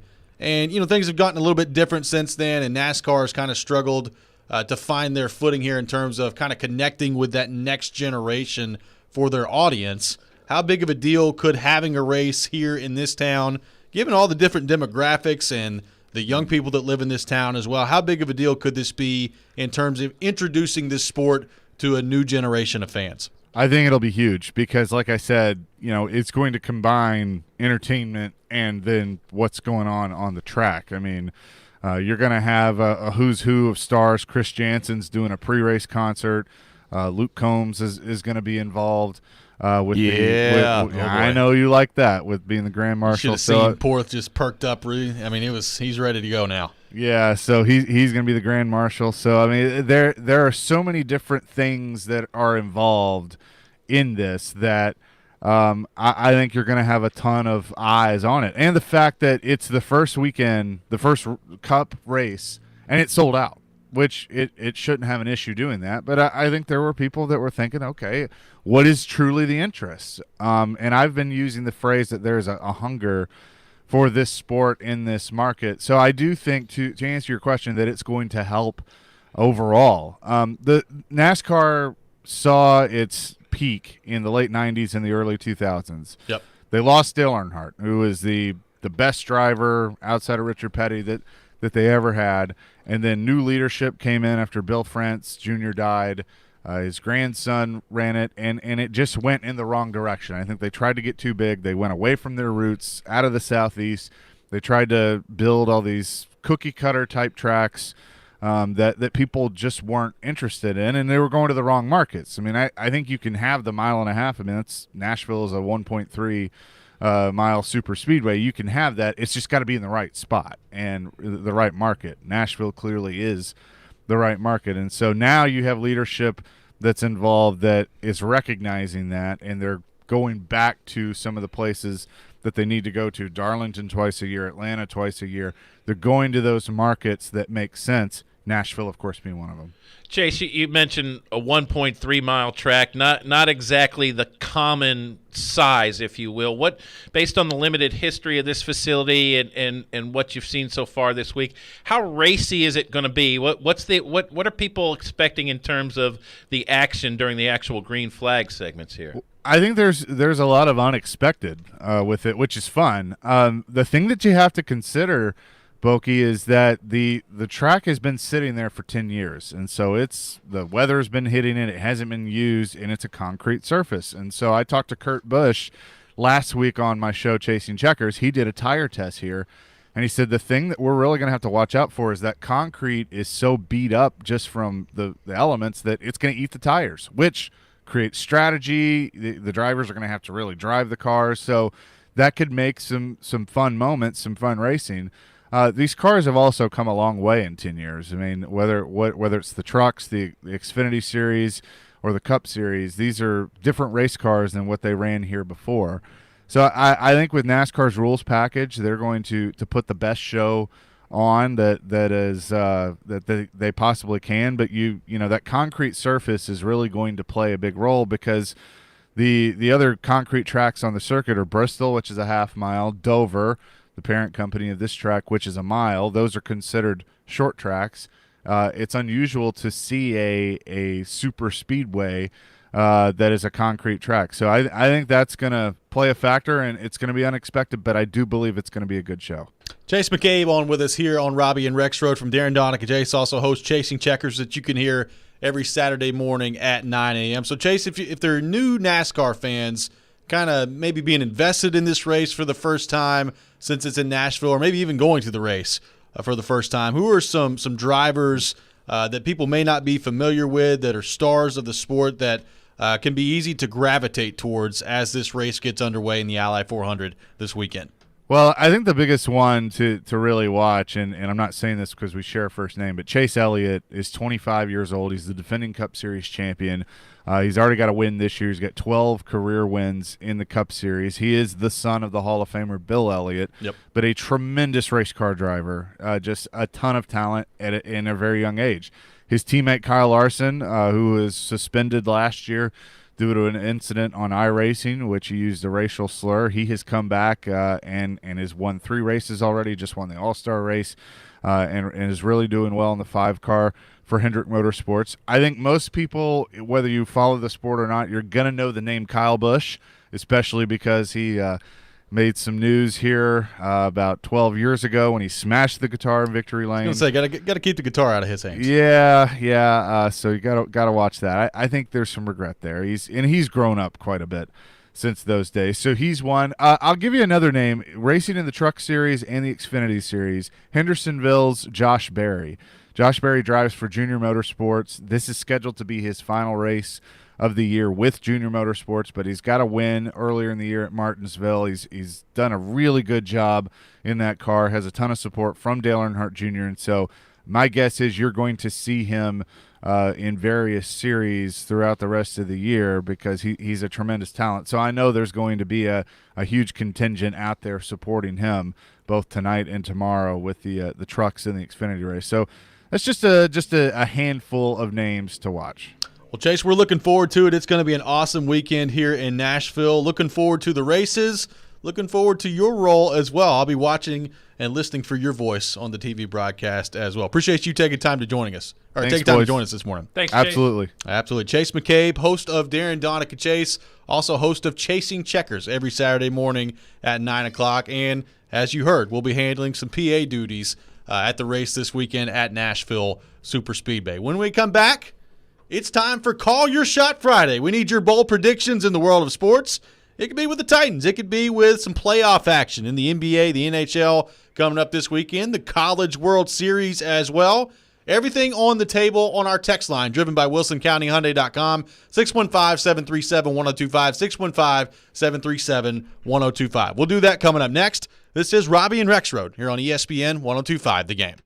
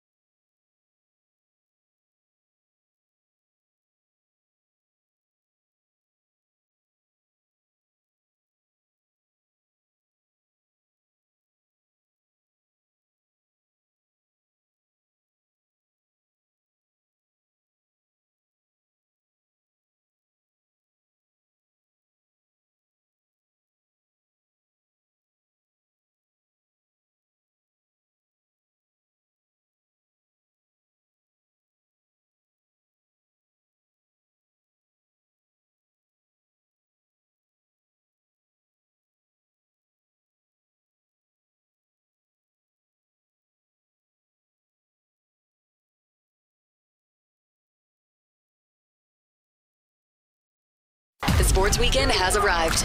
You know what that means. Shoot your shot. It's time for Call Your Shot Friday with Robby and Rexrode on ESPN 1025 The Game and the Game Nashville app. And it is that time of the week here on Robby and Rexrode. Time for Call Your Shot Friday. We got a lot of things on the table this weekend in the world of sports. The College World Series, Vanderbilt and Tennessee getting underway this weekend. The Ally 400, NASCAR in town. Titans are always on the table. Maybe some Preds moves on the table as well. Everything at 615-737-1025, 615-737-1025 on our text line, driven by WilsonCountyHyundai.com. Now, with Joe Rexrode out today, we don't have our official record keeper of called shots from last week, but I do have mine from last week. And, Porth, I think you have yours. So, yes, with a quick recap, it was a tough one for you last week. You started with the Madden cover, and you predicted that Derrick Henry would be on the cover of Madden 22. Yep. And as we found out yesterday, not the case. Tom Brady, Patrick Mahomes on the cover with the two GOATs for Madden 22. By the way, when you look at the video of the trailer, because we were discussing this yesterday and trying to figure out why Mahomes was the other GOAT. Yes. It looks like a papa goat and like a baby goat. Well, yeah, but it's still a GOAT. But it's a baby goat, so Mahomes being the baby of the two. So, just saying. Yeah, I miss Derrick Henry being on the Madden cover. It was a perfect opportunity.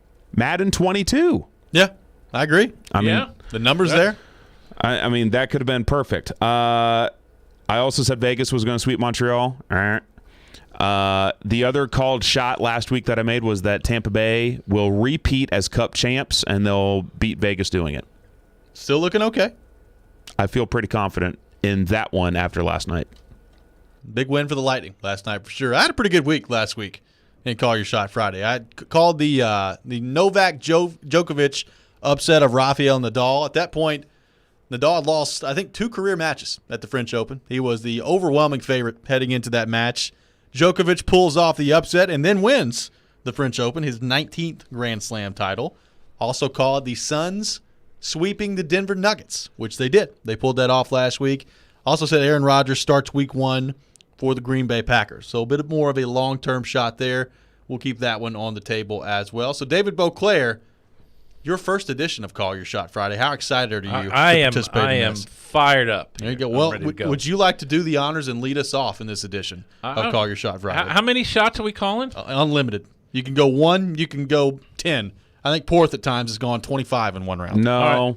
I've had some weeks with 7 or 8. Yeah, I know. I'm gonna be really bold here today. I just want you to know. I'm gonna start inspired a little bit by my man Ryan Porth over here. We're gonna go Major League Baseball. Yes. Philadelphia Phillies. My Philadelphia Phillies. I don't know how to be a fan anymore, but I still have such fond memories of the 1980 Phillies and going to the parade and everything. They have a tough stretch coming up. They've been really good at home, really bad on the road. Their next 10 games, they play 8 on the road, including 3 at San Francisco, first place San Francisco, and 4 at the first place New York Mets. That's right. Capped by a one-off at Cincinnati. I'm saying the Phillies are going on a roll. 8-2. Yes. Over those 10 games. Come on. And they are going to throw themselves right into the thick of this NL East race. Well, one of the 2 will be a loss to the Reds, but that's neither here nor there. The Phillies, 8-2 coming up with a stretch. I love it. 8-2. Come on. I just got the death stare from Bokey. Just get ready. Yeah. That's right. Because that's a game I'm counting for a win. That's right. Count it for a W. I'm also going to say that Xander Schauffele wins the U.S. Open. Okay. This is a guy, he's ready. He's finished tied for 6th or better 4 times in the U.S. Open. Finished 3rd at the Masters earlier this year, has 6 top 5s in a major. It's his time. He's ready. I like it. Xander Schauffele is your U.S. Open champion. Book it. Very nice. How did he do yesterday? He's in the mix. He's like 1 under or something. Yeah. He's cool. 1 under on that course with that wind blowing yesterday is pretty good. He's right there. And then to cap it off, I'm going to say little College World Series. Kumar Rocker and Jack Leiter each at least 12 strikeouts in their first start. I like that. At least 12 strikeouts in their first start for each of them, Rocker and Leiter. I like that. A lot of Vanderbilt's fielders are going to be bored this weekend. Just eating some K's out there if you're Vanderbilt. I love it. That is the first edition of Call Your Shot Friday for David Beauclair. Jameis Winston out with a bang. Would eat some K's. Hey, Jameis Winston would eat some K's. Because he ate some W's. He ate some W's along the way for sure. Ryan Porth, your edition this week of Call Your Shot Friday. So over under 5.5. Under. Okay. We're going under. All right. I'll stick with the College World Series theme and say that Vanderbilt is going to make the final, the best of 3 final. That's a big call shot there. Vanderbilt getting to the final. And Never they're going to win. Before. And they're going to win. Okay. All right. Yeah, that's the called shot. All right. Title number 3 for Corbs. Okay. By the way, the over-under tomorrow on Vandy, Arizona is 11.5. What am I missing here? Arizona can hit, man. But it's a big park. I know. Rocker can pitch. You asked what you were missing. Arizona can hit. Their team batting average is like 330. The ball doesn't exactly fly out of that park, though. Maybe a good one to take the under. It might be. Wait, see, not telling you what to do. Those are the things. This is why I don't gamble professionally. Like something like that, you go, that's so obvious that you have to bet the under. And watch it be an 8-7 game. Arizona has a 9-run first inning. Okay. Yeah, exactly. Right. Rocker gets rocked. Jeez. More of a long-term one for the Tennessee Titans. Right. Well, maybe not so much long-term. I mean, we're 3 months away from Week 1. Their starting tight ends in Week 1 will be Anthony Ferkser and O.J. Howard. Ooh. Wow. O.J. Howard coming in there. So they're just getting everybody from Alabama. Yes. This is T-Town North. They got A.J. McCarron coming in at any point? Sure. All right. He might be better than Logan Woodside. Well, maybe. Who knows? But O.J. Howard and Derrick Henry have been hanging out a lot. I know. Derrick Henry has been making that very visual on social media. There you go. Those are my 2 called shots. Okay. That's it. Only 2 this week. I'm still standing by my Tampa Bay Lightning called shot from last week. Okay. All right, my called shots for the week. The Milwaukee Bucks, they forced a Game 7 last night. I think the Bucks finished the job. They take down the Brooklyn Nets in Game 7. They get it done over the weekend. Harden, Durant. Take them down. They're the greatest combo ever. Yeah, they're awesome. But unstoppable. But this is the end. This is it. They're done. Saying, okay. I'm saying they're done. They're unstoppable, but they're going to be stopped. If that happens, I made a called shot back when they traded for James Harden that they were not going to make the Eastern Conference Finals. Yeah, you did. How do you remember that? That's good. I've kept it in the memory bank. All right. Porth goes long term with the call. There's a lot of long terms. Joe will go long term too. Yeah. Yeah, Joe called one for like college basketball season like last August. It's like, okay. Yeah. He was like, remember that one. He thinks a lot about college basketball. Last August, it was like Belmont women's hoops. They're going to make the tournament. Like, okay, Joe, we'll see what happens on that front coming up in March. Thanks for being with us. All right, I've got the Bucks taking down the Nets in Game 7.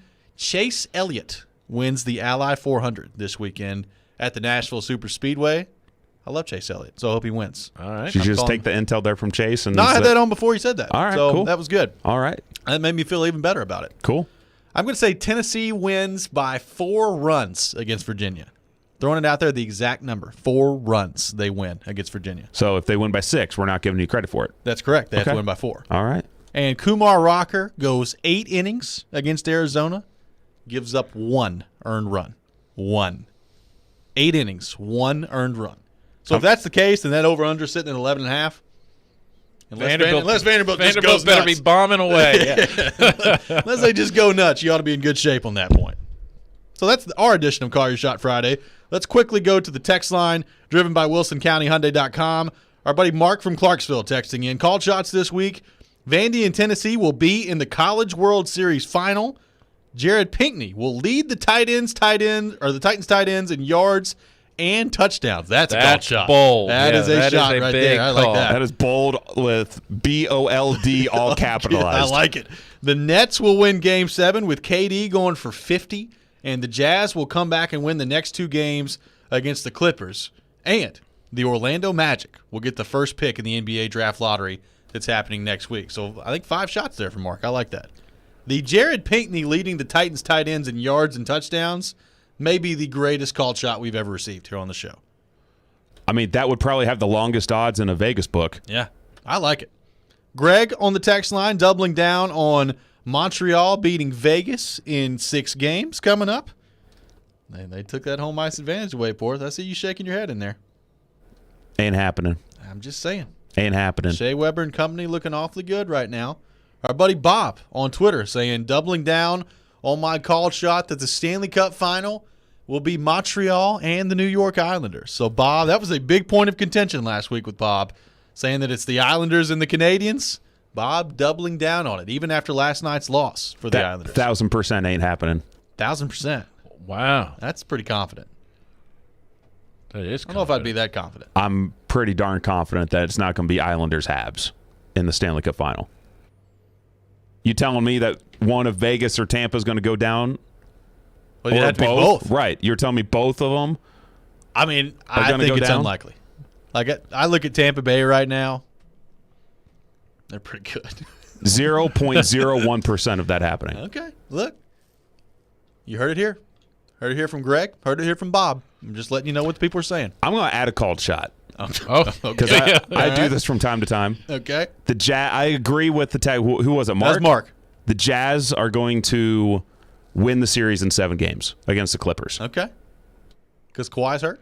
Yes. The Clippers game Paul 5 George wins. went off the other night. I know, but can you really expect that exactly. every game? No. Can you really expect Donovan Mitchell to have a cold shooting night like he did the other night every game? No.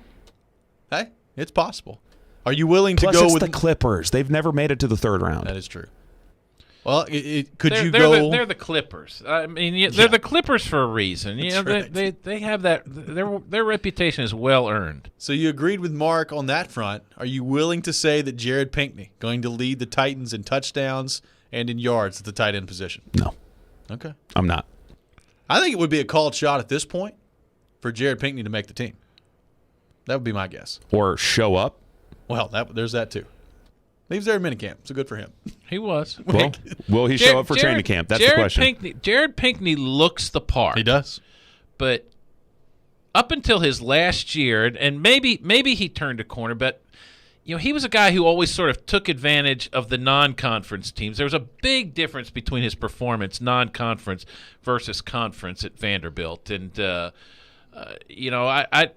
he's not going to have the huge physical advantage over anybody in the NFL, and I'm going to have to see a little more from him before I can. I'll tell you a guy to watch at tight end for the Titans if you're trying to pick a roster. Tommy Hudson, the undrafted from last year out of Arizona State. He's an old school sort of end of the line blocking tight end. Jeff Swaim's here on a 1-year contract. Hudson spent most of last year on the most of last year, I guess, on the practice squad, with the exception of a little COVID stint and a little NFL suspension. But I think he's a guy that they're gonna keep here. Say you work with Jeff Swaim all year, study him. Next year, it's your job. That's got to keep an eye on right there. That would not be good news for Mark and his called shot for Jared Pinkney. No, when we come back, we'll continue the discussion on the Titans. Our man, Teron Davenport, ESPN NFL Nation Titans reporter, host of Talking with TD, will join us coming up next. This is Robby and Rexrode, live from the wholesaling studios, powered by RumbleOn.com, here on ESPN 102.5 The Game.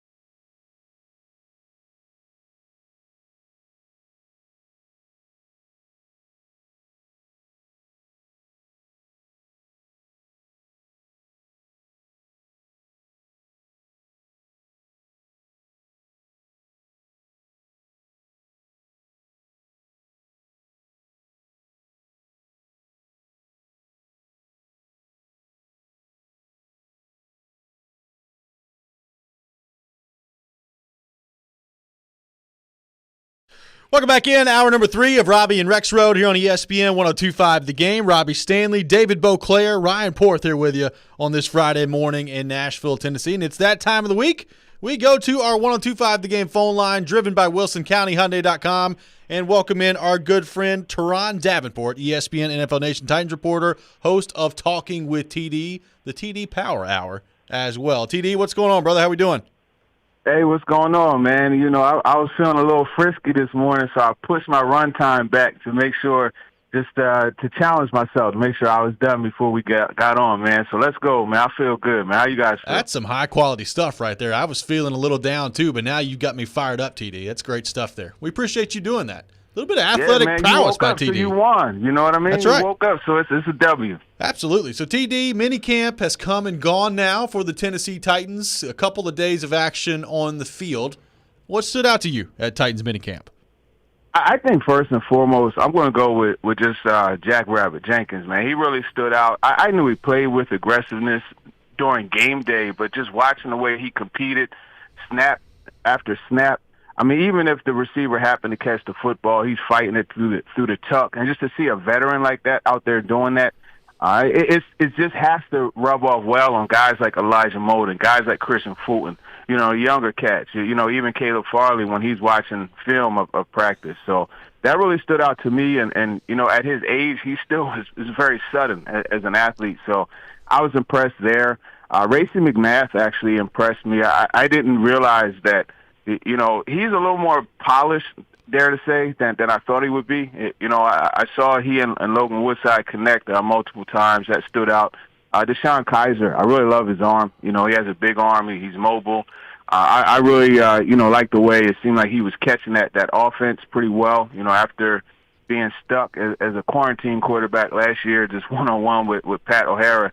You know, it looks like he's very comfortable in the offense. So those were some things that stood out to me. Dylan Radins, you know, you see this guy all over the place. You know, we can't really say where they're lining up, but put it this way, he lined up basically everywhere. So, you know, seeing him do that and not have to get, you know, dog cussed by Coach Keith Carter, because Beauclair, you know, Keith Carter, he has a mouth with him, you know, and he'll let you know when you mess up. Yeah, you know, it's funny. I said the same thing about Jenkins yesterday. I mean, he was impossible to ignore out there, and for a secondary that really needs some confidence, needs some identity after last year. I mean, he looks like he could be the best signing, the best addition, I guess, of this offseason. Yeah, no doubt, and he has what we call hashtag that dog in him. You know, You could tell like he has that pit bull mentality, and he's not the biggest, but he'll jump up and he'll challenge. And I think you're right, man. He could low key be one of their best signings. TD, we were talking about this a little bit earlier in the show with Julio Jones, A.J. Brown, Josh Reynolds as your top 3 in the wide receiver room. No true dedicated, I guess, slot guy out of those 3. All 3 can kind of move around. How would you go about kind of deploying that if you're Todd Downing on offense, moving those guys around? Would you have Reynolds primarily in the slot? How would you go about doing that if you were Todd Downing and this Titans offensive staff? Well, I think really it's going to come down to the matchups, you know, and when you're going against different teams, obviously they have different personnel in the secondary. So if you want to move a guy like A.J. Brown to the slot against the Ravens, right, and get that matchup against Marlon Humphrey, that was advantage Titans last year in the playoff game, then you could do that. But then if they switch up, right, and they start putting Jimmy Smith in there, okay, well, you know what, we're going to go bigger against your bigger, and Julio Jones will go there. You know, that's the way that I look at it. I don't think they'll have anybody set to play that position. It's actually a good thing because, you know, it will allow Todd Downing to give 3 different looks out of the same play, you know, because Julio Jones will run a 7 route differently from Josh Reynolds, as well as Josh Reynolds and Julio Jones differently from A.J. Brown. So now you got multiple ways that you could attack the same play, and I think, you know, that's a really good thing. And we talk about those top 3, of course, you know, and then you got Des Fitzpatrick. You know, Marcus Johnson is another guy that has been impressive. He's been pretty consistent for the most part. He catches everything. I want to talk about Mason Kinsey, though, because you talk about like a guy that's not a dedicated slot guy. Well, if he makes the roster, he definitely is, and he's very Adam Humphries-like, very slippery. I can't wait to watch him in one-on-ones during camp because I've said it before. Last year I was saying it. I said it yesterday. That guy, he has the ability to make DBs look very silly. So that's going to be a good challenge, a good change of pace from the bigger guys, because for the most part this receiving core is big. So when you get a Mason Kinsey in there, you get a different look, and you have to defend him differently. But how many wide receivers do you think they can realistically keep? I mean, you obviously have the top 3 locked in. They traded up to get Des Fitzpatrick. They want him on the roster. Batson's the most likely return guy. Is there room for another 1 or 2 after that? Yeah, and that's a great question. I think it kind of gets capped at 5 or 6, right? And you got Westbrook, Kenny, and Racy McGrath. These are guys that they'll use from primarily a special teams aspect. So that could mean, Mason Kinsey is the odd man out, unfortunately. I think it's going to come down to Cam Batson or Mason Kinsey, unfortunately, for both of those guys. So, yeah, I mean, I would say 5 or 6 would be the cap. And they're going to keep the rookie Fitzpatrick. Teron Davenport on the line with us, talking Titans football, minicamp wrapping up this week. TD, we heard A.J. Brown discuss kind of expanding his route tree and kind of taking that next step as a receiver in this league. When you hear him talk about that, what comes to mind? What do you think is next on the table for A.J. Brown with his route tree? Yeah, well, I think the next thing is just him running more of like the deeper comebacks, those type of routes. I mean, he runs a lot of they have him doing a lot of different things, but I think really what it's going to be is pulling him away from always running that dagger route. That's what he's known for. So you want to expand it, start to get him involved in more double moves and those type of things like slants and goes, outs and ups, but you have to establish that out first, and I think that's what they're going to do. Really just move him around also. And a part of expanding his route tree, as Todd Downing said, was get him to recognize coverages that get flashed in front of him a little bit quicker, so that way he can convert his route on the fly quicker, and he and Tannehill could be on the same page. You mentioned DeShone Kizer earlier, and I watched him a little bit the other day too, specifically because I wanted to get a feel for his arm strength, and I saw the same thing you did. I'm like, that guy can cut it loose. Do you think it's a straight up competition right now between him and Woodside for number 2, or is Kizer, because of his experience, because of his pedigree, it's his job to lose now? I think it's still a straight-up competition because I know that they're very high on Woodside, and I said it yesterday, he has kind of like that Jeff Garcia in him where, it's the little engine that could. He may not push it down the field with the best of them, but he'll throw it with anticipation and get it there. And he just has a way of being able to make that offense move. And I just keep going back to the preseason in 2019 when I saw him, and I was impressed with some of the things that he did just as far as just driving the team down the field. And I thought that he did a good job of that. So I think it's still a competition, but if you go just, what makes the most sense for them, it would be to have Kizer as the backup because he is very similar to Tannehill as far as ability is concerned and style of play. So you could literally dial up the same plays, maybe not with the same success, but you could still, find some degree of success using the same plays, the same mindset of pushing the ball down the field, aggressively moving the pocket and those type of things. So I think Kizer is the better player out of the two. Teron Davenport on with us here on Robby and Rexrode, presented by Freedom Tire, guys. TD, tell us what's on tap on Talking with TD this week, including a guest that I know Vanderbilt fans will be very interested in as well. Oh, no doubt about it. Yeah, we had Jordan Matthews on, and usually I have guys only do one segment, but, I have really good chemistry with him, and he flowed for about 40 minutes, so we had to break that thing up into 2. So he had a lot of great things to say. Actually, he said he's converting to tight end, so he got into detail about that, so definitely check that out. He has some thoughts on the Titans offense, too, so that's one thing. And then I had Stephen Whitehead, who from Elite Athletics Trainings, he is a guy who trains Alshon Jeffrey. He has trained Jadeveon Clowney over the last couple of years, Nelson Aguilar, a bunch of receivers and NFL athletes. And we got into a bit on how Julio Jones could prolong his career, so definitely check that out. And as always, run TMC with Chris Sanders. That's right. We talked some shop, got into Julio Jones and some of the drill work. So great show, man. I'm proud of it. Absolutely. Check that out on Talking with TD. TD is elite in the podcasting world, elite in the writing world, and as we found out this morning, an elite athlete as well, running to get here on the show. We appreciate you, TD. Yeah, for sure, man. I appreciate you guys. And, man, when they said I was on with Robbie Stanley and David Beauclair, I said, hot dog. That's right. TD joins us every Friday here at 8 o'clock, one of the best in the business, presented by Freedom Tire Guys, Nashville's premier mobile tire company, online at freedomtireguys.com. When we come back, we'll react a little to what TD had to say there. Take your thoughts as well on our text line driven by WilsonCountyHyundai.com, 615-737-1025, 615-737-1025. Also get into a little A.J. Brown talk as well. Could A.J. Brown have a chip on his shoulder heading into this season? We'll get to that coming up next. This is Robby and Rexrode here on ESPN 102.5 The Game.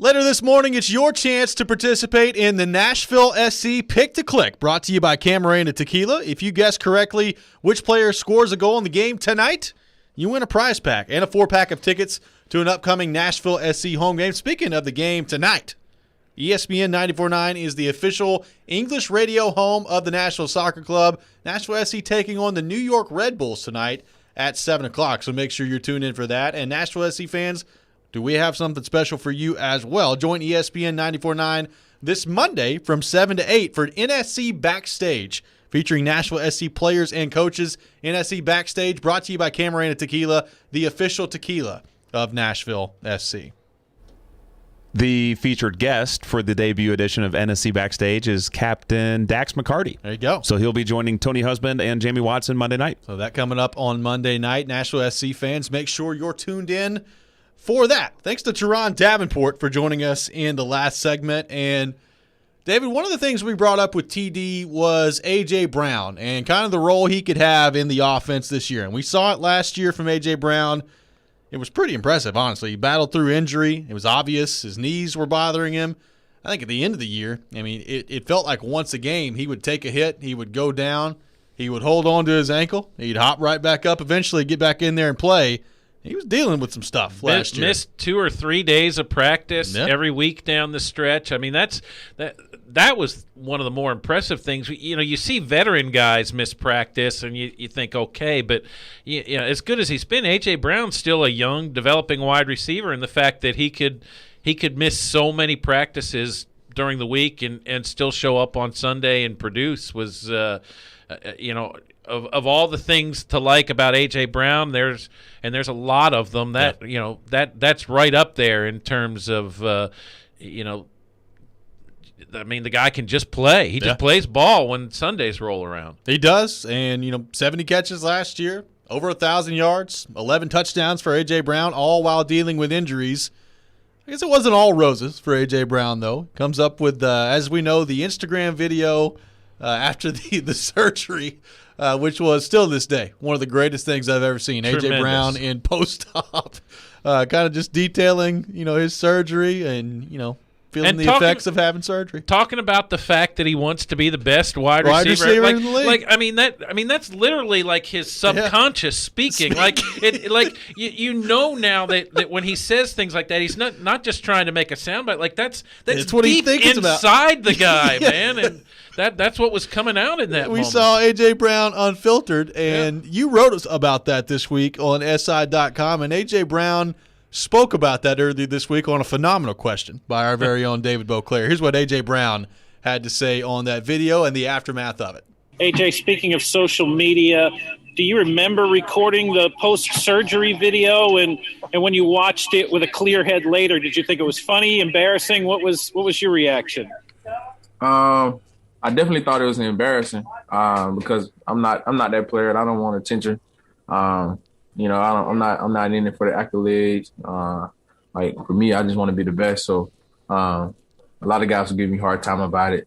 You know, so they know that's not me, but they were just making fun of me. But it was embarrassing, you know. So that was A.J. Brown earlier this week. First off, A.J. Brown has nothing to be embarrassed by in that video. I thought it was awesome. It was tremendous honesty at a time when you don't get that kind of honesty from many athletes. First off, your question was just phenomenal there. Do you remember recording the video? That was even. I wish he would have answered that part because I'm guessing he probably didn't even know what he was doing in the moment. Oh man, what a phenomenal question there from David Beauclair, and that led to a great article on SI.com, kind of talking about A.J. Brown, what he dealt with last year, that video as well, and now his kind of process that he's going through to get back on the field and to formulate this tandem alongside Julio Jones at the wide receiver position. It's interesting to think about because he's been so good and so gifted, especially after the catch through his first 2 years. I think a lot of times you forget how young he is and that he's still got some room to grow in this league. As you look at A.J. Brown and kind of his process of getting back here, do you think we could see an A.J. Brown with a chip on his shoulder heading into this year? And where do you feel like he still has room maybe to build on his game as he moves forward? I don't see him with a chip on his shoulder. I see a guy who's even more enthusiastic than he's been. He has every reason to be excited. He probably proved something to himself last year with his ability to play hurt and put up numbers. He's got the pairing now with his idol Julio Jones and yes, you get to practice with him every day. You understand what it's going to mean in terms of opportunities on the field for you if you're A.J. Brown. I see a guy who really just he's probably going to get up every day this season thinking, I can't wait to get in there and get after this some more. And if he wants to be the best wide receiver, he's not yet, but he certainly is making gains in that regard and has every reason to think he can keep climbing that list. Whether he'll ever get to number one, I don't know, but he has certainly come a long way in a short time. And we talked to TD in the last segment about the idea of A.J. Brown kind of expanding his route tree. A.J. Brown talked about that earlier this week at minicamp. Here's what Titans wide receiver A.J. Brown had to say. Coach Downing, he had mentioned some of the things he wants to do with you as far as expand your route tree, get you, familiar with recognizing coverages, et cetera. Is that something that you embraced, and how did that come about? Like, is that something that you went to him to do, or did he come to you? How did that evolve? He came to me. He came to me this offseason when he got the job, and he was just kind of gave me like a little heads up about it, And as far as we went along, we got a little into depth about it. Of course, I'm gonna embrace any new opportunity. So they're kind of asking to put a little more on me this year, which is fine. They can't put more on me than I can put on myself. That I put on myself already. So, it's all good, So, I'll be ready. That was A.J. Brown talking about what could be an expanded role for him this year as he continues to grow and continues to evolve in this offense. David, one thing that I was kind of blown away by last year, that his rookie year, as good as he was, I still felt like maybe down the field there was room to grow in terms of being more of a vertical threat. I thought even with, as we found out, 2 bum knees he was playing on last year, he did a better job with that. And I think maybe still some room to grow in that area as well. But I think A.J. Brown, we know what he can do after the catch. He's been a good route runner thus far in his career. But with Julio Jones coming in and maybe picking up some things from him as well, I think the little nuances of the game, maybe he gets a lot better in as he continues to kind of evolve here and get better in this Titans offense. And then you factor in, the experience that comes with that, and coupled with his ability to just run through people after the catch, you could be talking about a monster at wide receiver for the Titans. And you think about the touchdown catch against Jacksonville, too, the one in the corner that was, everything doesn't have to be perfect for this guy. He bad knees, fine. He can still run and produce. The throw's a little off target, fine. He'll help out his quarterback. And those are the things that we haven't seen a lot of. We talked about it earlier in the show. We haven't seen a lot of that in this franchise over the years. Wide receivers who can make their quarterbacks look good. And A.J. Brown is certainly that guy. There's just no reason not to be excited about him if you're a Titans fan. There really isn't. I've seen a lot of guys come through here, and he is different than most of them, if not all of them, in that regard. And then you see him too. Just the fact that he's got that big body, and he's just built differently too. If you're Ryan Tannehill too, it's got to be fun to look over there and know I'm likely going to that guy, and chances are something's going to happen. When we come back, we'll continue the conversation on the Titans and the wide receiver room, taking your thoughts on our text line, driven by WilsonCountyHyundai.com, 615-737-1025, 615-737-1025. Right now, though, got to tell you about my friends at FanDuel Sportsbook and Golf Glory up for grabs this week. You can get in on all the action with a risk-free first bet up to $1,000 at FanDuel Sportsbook. Just place your first bet using promo code ROB, and FanDuel will refund you up to $1,000 back in site credit if you don't win. It's been an exciting golf season full of can't-miss moments. Join in on all the fun at FanDuel Sportsbook. I love being able to bet on golf there. It's easy to use. It's safe and secure. You get paid in as little as 24 hours. But most off, I love that you can bet on golf on so many different ways with FanDuel. You can do the outright winner, who makes the cut, who misses the cut, head-to-head matchups, and much more.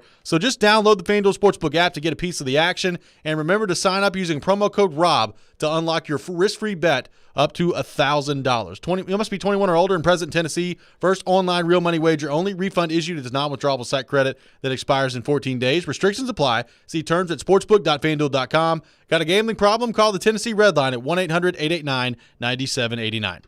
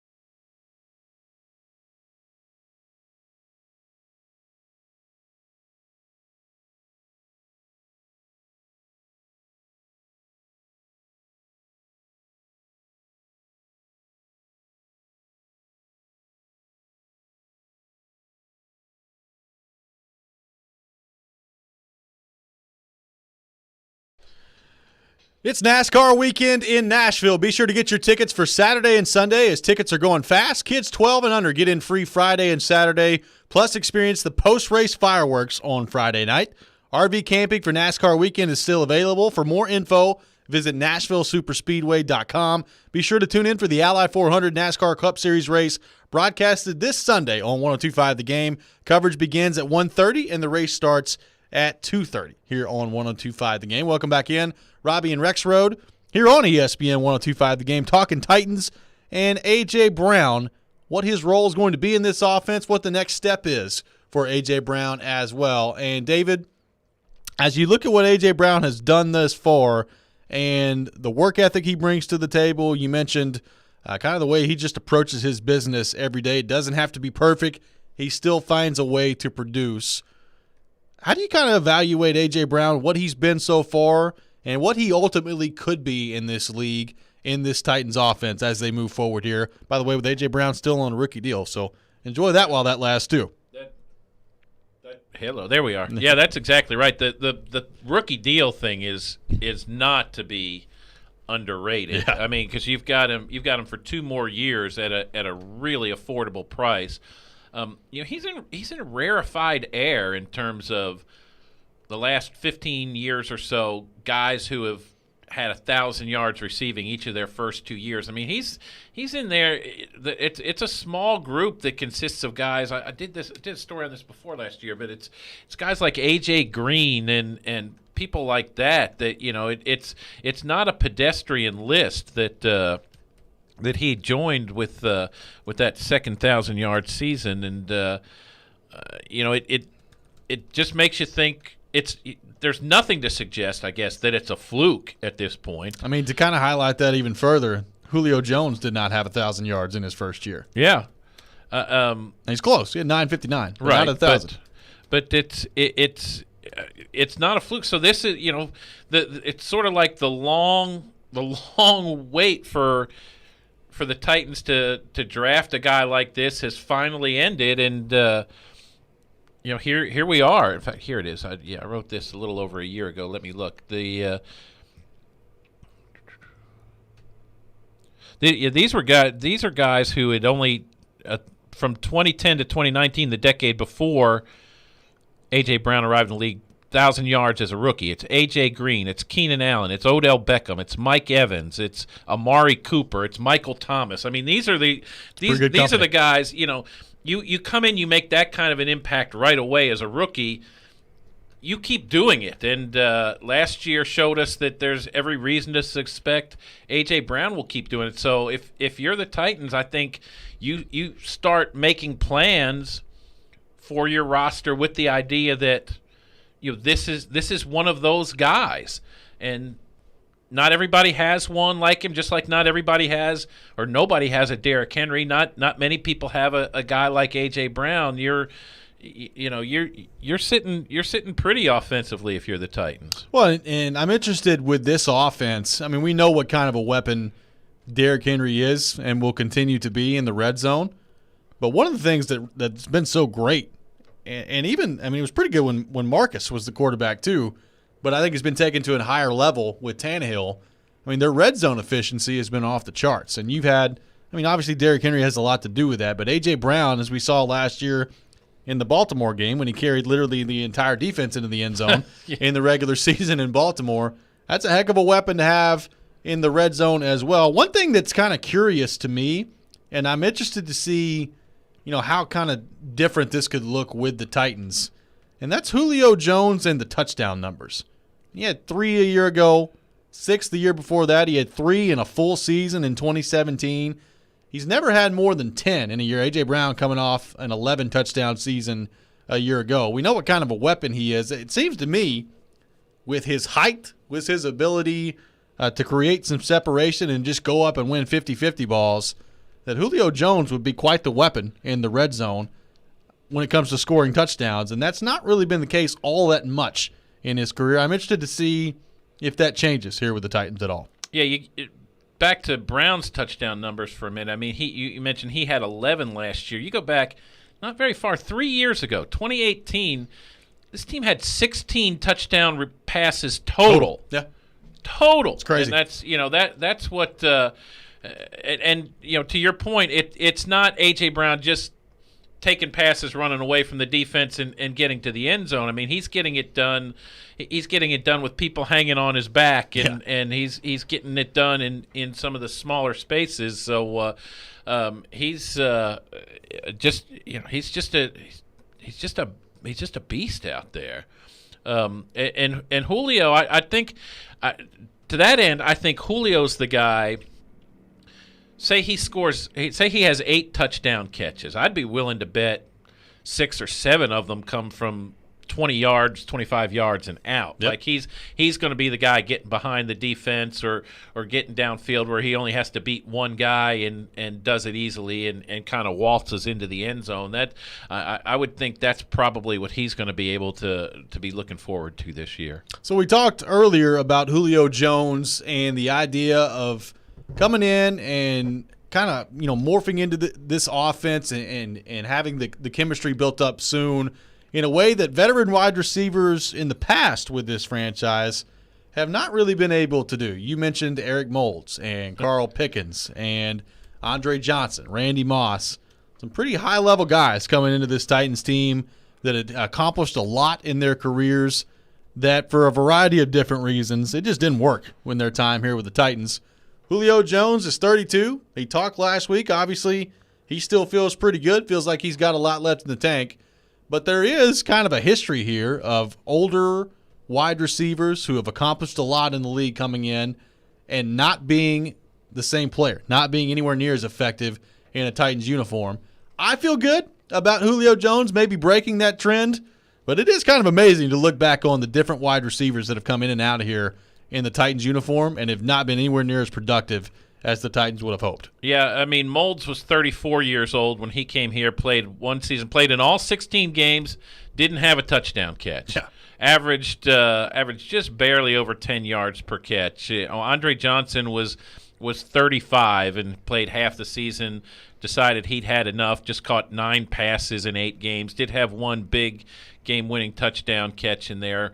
That just goes to show you if you're at the end of your career, you're still good enough to take down the Detroit Lions. Yeah, that's right. That's right. Carl Pickens, a guy not far removed from it. He had gone. He had 400 reception seasons, 4,000-yard receiving seasons from 94 to 98. Shows up at the Titans in 2000, and all of a sudden he's basically done. Just MIA. At 30 years old, they signed him to a 5-year contract. He played 1 year and vanished. And of course the Randy Moss thing will still go down as one of the most remarkable messes ever. That the guy could be here for 8 games and catch 6 passes. It's incredible. When a 3-game stretch where they didn't even throw him the ball, was on the field for however many snaps, they didn't throw him the ball. I used to be yelling at Jeff Fisher through the TV when Randy Moss is here. Just throwing the ball. Little 17-year-old Robby upset. Yeah, it didn't happen. I remember talking to Mike Heimerdinger about that one time in the midst of that. And he came over, he said, "All right, David, what are we talking about today?" And I said, "Well, I want to talk about the fact that you got Randy Moss and he's not getting the ball." And he kind of chuckled. He goes, "All right." He goes, "I'm the coordinator, right?" And I said, "Yes." He goes, "Okay, I'll take the hit on this." I think he really wanted to serve up Vince Young and say Vince is making me look bad, but he was a he was a loyal guy and said and he did. He answered the questions like, "Yeah, I have to do a better job of this, and I have to make sure we call plays that that will get Randy the ball but it just didn't happen." Pretty incredible to think about. But Julio, I mean, the good news is you look at the kind of the history of those receivers, and you brought this up yesterday, which is still mind-boggling to me. He's the 7th oldest wide receiver in the league. 7th oldest wide receiver at 32 years old. I mean, all of this being said, like Randy Moss played 8 games, had 6 receptions for 80 yards for the Titans. I am willing to bet Julio Jones has more than 6 receptions and 80 yards. I am too. That's. Can I add that to my bold predictions? Yeah, maybe in the first game. Yeah, my call shot. Could be in the first game. What if Julio Jones outproduces Randy Moss in a Titans uniform in the first game? I think it's fairly. I bet he will. It's not. I mean, it's not that hard to do. That's just an average Sunday for Julio. Yeah, that's exactly right. The Randy Moss tenure of the Titans. How many people listening out here who just now are like following the Titans and have moved here in the last 5, 6, 7 years had no clue Randy Moss ever played for the Titans? You wouldn't. I mean, there are people that went to the games that had no clue that Randy Moss played for the Titans. Wow. It's the truth, though. Just saying. And 2 years later, he's in the Super Bowl with San Francisco. He's the one guy on this list who actually came back from his Titans time and did a little something. Andre Johnson retired immediately. Eric Moulds never got another shot. Carl Pickens never got another shot. I mean, this is where elite wide receivers are put out to pasture. At least it has been. Julio's got to change the narrative here. What about Yancey Thigpen? Hey, buddy. He's not in the same class as these guys. He had 2 really good years in Pittsburgh over a 3-year stretch where he had 1,300 yards each. But no one was ever talking about Yancey Thigpen as a great wide receiver. Titans fans will always bring up Yancey Thigpen though because overrated receivers. Well, and he's the one who started this. Yeah, it was like, okay, what was it, 98 he signed here, and Yancey was going to be a big weapon and do all these things, and he couldn't stay healthy, couldn't produce, had one okay season while he was here, and that sort of set the tone for what has followed for 20 years, 21 years until A.J. Brown gets drafted, really. Yeah, it really has been. I mean, it's been a heck of a struggle to find wide receivers here. You know, like when you think about the great draft successes of the Titans at wide receiver, like Justin McCarron's comes to mind. Yeah. You know, a fourth-round pick who led your team in receiving 1 year. I mean, it's just been rough, as you pointed out earlier. From second-round picks like Tyrone Calico and Justin Hunter, a first-round pick in Kendall Wright, who did some things when Chris Palmer was running a run-and-shoot offense here, but after that it was not much of anything. And I mean, one of the best wide receivers they've ever had here was undrafted Drew Bennett. Yeah, that's exactly right. It's incredible. To think about. It is incredible. Yeah, I mean, he drew over before A.J. Brown. Drew Bennett outproduced any wide receiver this team had drafted. Yeah, it's pretty incredible. A guy who was a college quarterback. That does not speak well of the history of wide receivers. who just showed up, but Drew Bennett, to his credit, that's not a normal dude either. No. Like that's a guy who got up one Saturday morning, was in college, and said, I'm going to go run the L.A. Marathon today, and did. Just hadn't trained, just woke up one day and said, I'm going to go run the L.A. Marathon just for kicks, and went and ran the marathon. No, I often get those same thoughts. Yeah. David. That often crosses my mind as well. And then I go cook happen? some bacon. Exactly. And that's about all that happens on that front. Find yourself in a 2-on-1 on NHL. And find myself on the PlayStation. That's what it is. I just leave that to my athletic accomplishments for the day. When we come back, we'll continue the discussion on A.J. Brown and Julio Jones. How do you spread the ball around if you're Ryan Tannehill? And what do we think of the approach if things start to go poorly in this offense? Could there be some problems with players maybe wanting the ball a little bit more? We'll get to that coming up next. This is Robby and Rexrode here on ESPN 102.5 The Game.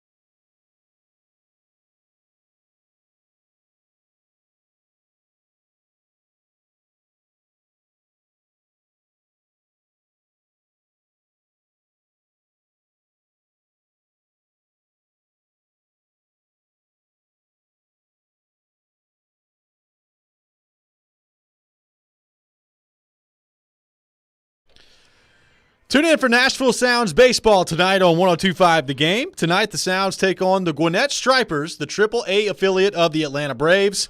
Pre-game show with Jeff Him starts at 5:50, and the first pitch is at 6:05. Nashville Sounds baseball presented by Farm Bureau Health Plans and 312 Pizza Company. Also taking on the Stripers over the weekend as well. Saturday, first pitch is 5:05, and on Sunday, first pitch is at 12:05 as well. So a weekend full of Nashville Sounds baseball on ESPN 94.9. Also, 100% confirmation that Bucks Nets will be on 102.5 The Game tomorrow night. Game 7. There you go. It was 99.9, but now Porth 100% sure that they will be on 102.5 The Game. There you go. Yes, sir. There you go. Talking Titans right now, taking your thoughts on our text line driven by WilsonCountyHyundai.com, 615-737-1025. Steven texting in. I don't remember this, but Boca, you might remember this. Steven says, best Titans press conference ever was Randy Moss's intro. Koharski asked, what can we expect of your effort? And Randy replied, I don't know. What do you expect of my effort? Next question.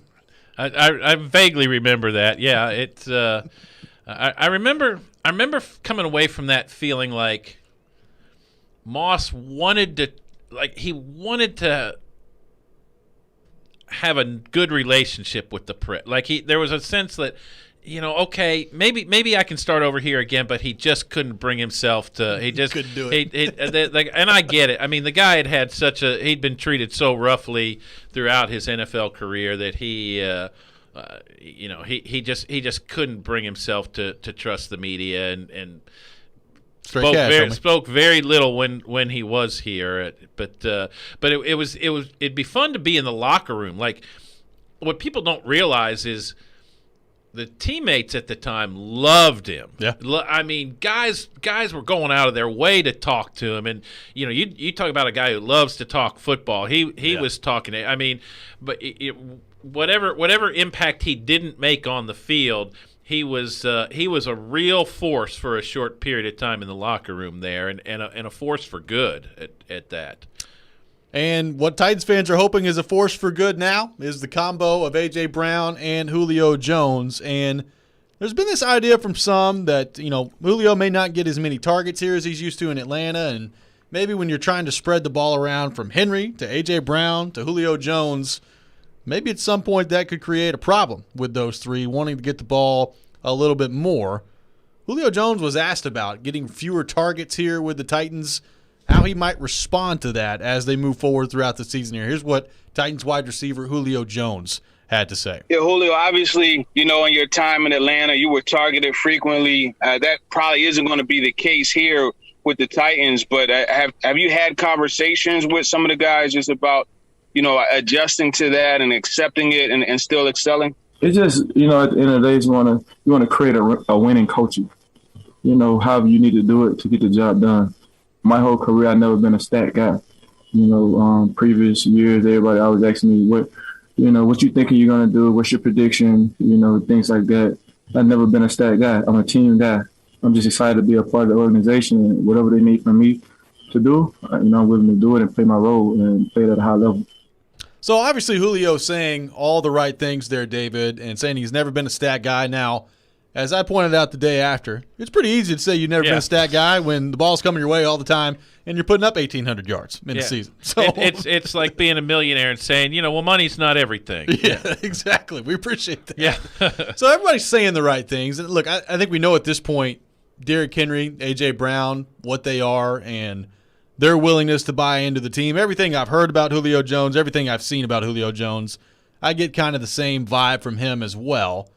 With that being said, if the offense starts to sputter a little bit and it takes maybe some time to get things going, or they're not clicking at the level that everybody's expecting them to this season, do you think this could lead to some frustration down the line of maybe Julio not getting as many targets as he wants, A.J. Brown not getting as many targets as he wants? Do you envision any scenario where, even though they're saying the right things now, this could become a problem at some point? Absolutely, and it's easier. It's easier for that frustration to happen, like for Julio, when you're the new guy, when you don't have a long-standing relationship with your quarterback like he had with Matt Ryan in Atlanta, and you can talk about things that you had been through together, and here's why you think it's going to be okay. I mean, if you're Julio Jones, you're coming here. I mean, you do want to make an impact because you're Julio Jones. You know what's expected of you, and Julio has averaged 85 receptions a season for his career. Since 2005, since Derek Mason led the team in receptions in 4 years in a row, 2001 to 2004, Titans have had only 2 guys catch 80 passes or so in a year. One was a tight end, Delaney Walker. Yep. In 2015. The other one was Kendall Wright in 2013. A.J. Brown has led this team in receptions the last 2 years with 52 and with 70. Julio Jones is not catching 85 passes this year is where I'm going with this. Yeah. So, we're going to find out. I'm with you. I have no reason to believe he wasn't sincere with what he said. He was certainly convincing when he said it, but we're going to find out because there are going to be games where he's going to be targeted 3 times and have 1 reception for 8 yards or whatever. Yeah. And how is that going to sit with him? Especially if for whatever reason this team doesn't win. I mean, that's where frustration can really become a factor. Well, that's the thing. I think of a guy Julio's age who's accomplished as much as he has in his career. I believe him. Like when he says it's about winning, I think it is. I think it's about winning at this point in his career. But if you're losing and you're not getting the targets, that's when I think, okay, that's when frustration can start to creep in because, and Joe's brought this up as well, it's not necessarily just totally selfish frustration of, just wanting to get the ball thrown your way more. It's, hey, if you throw the ball my way more, I can help this team win. I can do this, yeah. Yes. Uh-huh. Like I can end up being the difference, and I can envision. I mean, we see that at times on the occasions where they do take Derrick Henry out. How many times have you seen him on the sideline looking around like, "Hey man, let me back in there. Like I'm rolling right now. Let me get back in the game." That's not a bad thing, but I can see that happening a few times this season as well. And that that's where you have to give a guy like Corey Davis credit. Corey Davis, you mentioned earlier. If you take these last 4 years in a vacuum, and you say rookie wide receiver to fourth-year veteran, led his team in receptions once, fell just shy of 1,000-yard receiving, you say it's a pretty good start to a career. Yeah. For the 5th overall pick in the draft and the first wide receiver taken, it was disappointing. And that Corey Davis felt the pressure and the responsibility of his draft status and whatnot. And it's well documented, particularly 2 years ago, there were times he was running wide open, and whether it was Mariota or Tannehill, they didn't throw the ball his way as often as they probably should have. That guy never complained, and he deserves a lot of credit for that. And the hope is that as emotional as he is, you can almost see A.J. Brown more sort of inclined to do that than maybe Julio would be, but I can also envision a scenario where we see AJ carrying on the sideline, and everybody assumes he's ripping Tannehill. You got to get me the ball, or whatever. And it's sort of like the Dez Bryant thing a couple years ago. Remember where everybody was all over him, and then CBS came out with the sound a couple days later, and he was actually telling Romo, "You're a great quarterback. You're this, that, you're the other thing." And so you always have to be careful about that. Kind of what you see on the sidelines too. When we come back, we'll get into the College World Series. 2 local teams in action in Omaha coming up this weekend, Vanderbilt and Tennessee. Vanderbilt leads it off on Saturday night. Could they be on the verge of a dynasty? We'll get to that coming up next. This is Robby and Rexrode live from the Wholesaling Studios, powered by RumbleOn.com here on ESPN 102.5 The Game.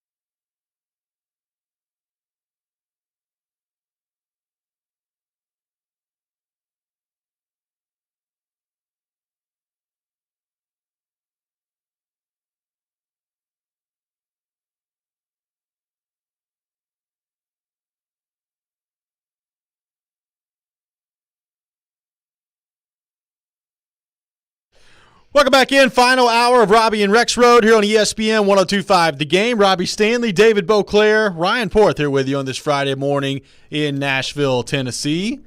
College World Series getting underway this weekend. Tennessee in action coming up on Sunday against Virginia at around 1 o'clock in the afternoon coming up on Sunday against Virginia. Vanderbilt leading it off, though, tomorrow night, taking on Arizona, a high-powered Arizona offensive team. We had Tim Corbin on earlier this week, and he talked about it. Arizona hitting close to 330 as a team, so you know they're going to be able to swing the bat. As Porth put it out there earlier, apparently the over-under is 11.5 in this game between Vanderbilt and Arizona. Blows my mind. I told you. They can hit, Astonishing. man. I'm with you. Kumar Rocker. I don't know if they've watched him pitch this year. He's pretty good. What does Vegas know that we don't? I don't know. They know something. Doesn't that make you scared, though? Yeah. On that front. But Vanderbilt, on their 5th appearance in the College World Series, they have won 2 national titles since 2014. Technically, the defending national champions right now, since the tournament did not get played a year ago. They are the winners in 2019. And right now, heading into the tournament, they are the favorite again to win. So, David Beauclair, I ask you, if Vanderbilt is able to get through this tournament and they're able to pull this off, are they unquestionably, number one, the best program in college baseball, but number two, have they created a dynasty in college baseball if they win their 3rd national title in the last 7 years? Yes.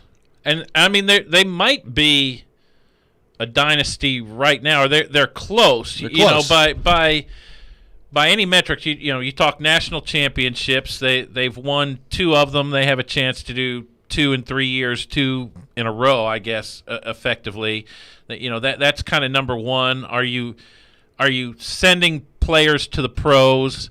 Absolutely, they're sending 16 first-round draft picks, 2 players taken first overall.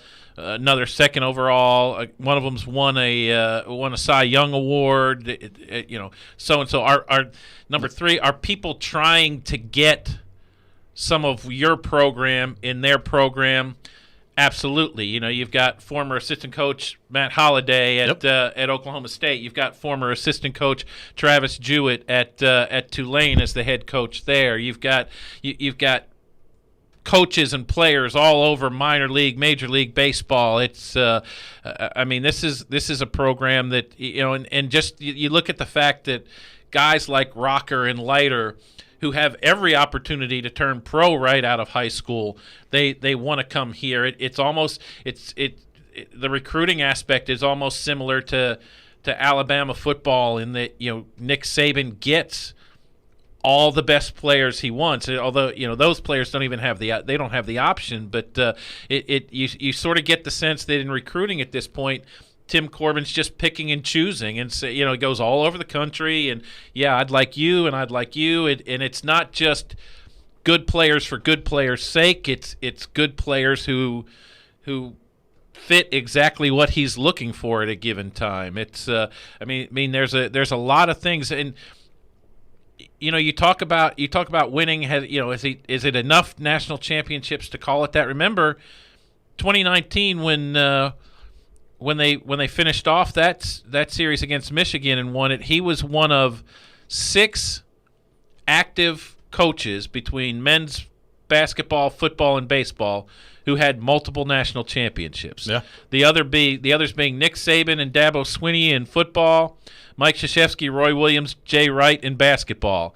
And Roy Williams is now retired, so he's not among that group. That's really good company to be in. Yeah. So I guess we can haggle over this. If it's not a dynasty at this point, it is awful darn close. So how's he been able to do this? I mean, you know what it's been like over there, and the athletic department has been up and down, mostly down, over his time and his tenure there. And it's not like he came in and it was immediately successful. He had to build this thing from the ground up, and he's been able to do it to the point now where I think Vanderbilt is unquestionably the number 1 program in college baseball. As you said, they're putting guys in the league left and right, and they're going to have 2 more go in the top 10 in the draft this year with Rocker and Leiter as well. how has Tim Corbin been able to do this and not only do it and get it to this point, but sustain it to the level that he has at a place where in so many other programs it's been so challenging to do that? There's a couple of things. Things have obviously he's responsible for a lot of that, but there are things that have gone right too. And I'll start with the end of his first season. For those who know Vanderbilt baseball, Worth Scott's walk-off home run against Tennessee in the final game of the regular season that got them into the SEC tournament, which was hardly a given for them back in the day. Worth Scott was hitting, I think, less than 200. Was a good defensive player, but hits this walk-off home run, gets them the win. That sort of instills belief that, okay, this guy has come in, he's made an immediate difference, and good things happen, and that belief is worth something. Corbin always talks about when you're trying to build a program, you need to find players who want to own a program, not rent a program, or rent a reputation, so to speak. Where, and he always points to David Price signing with Vanderbilt as sort of the moment. David Price could have gone straight to the pros. He could have gone to any college baseball program he wanted. He wanted to be a part of building something, and David Price to this day is critical to that program in terms of his support financially, emotionally, dealing with current and former players. That was a big moment. But going back to Corbin, I'll give you a little insight. If people have never seen it, it's remarkable, and it hasn't changed over the years. I happened to be at the preseason baseball banquet before in his first season, but before he coached his actual first game at Vanderbilt. And what he does every year, it gives you such an insight into who he is and how he deals with people and his players in particular.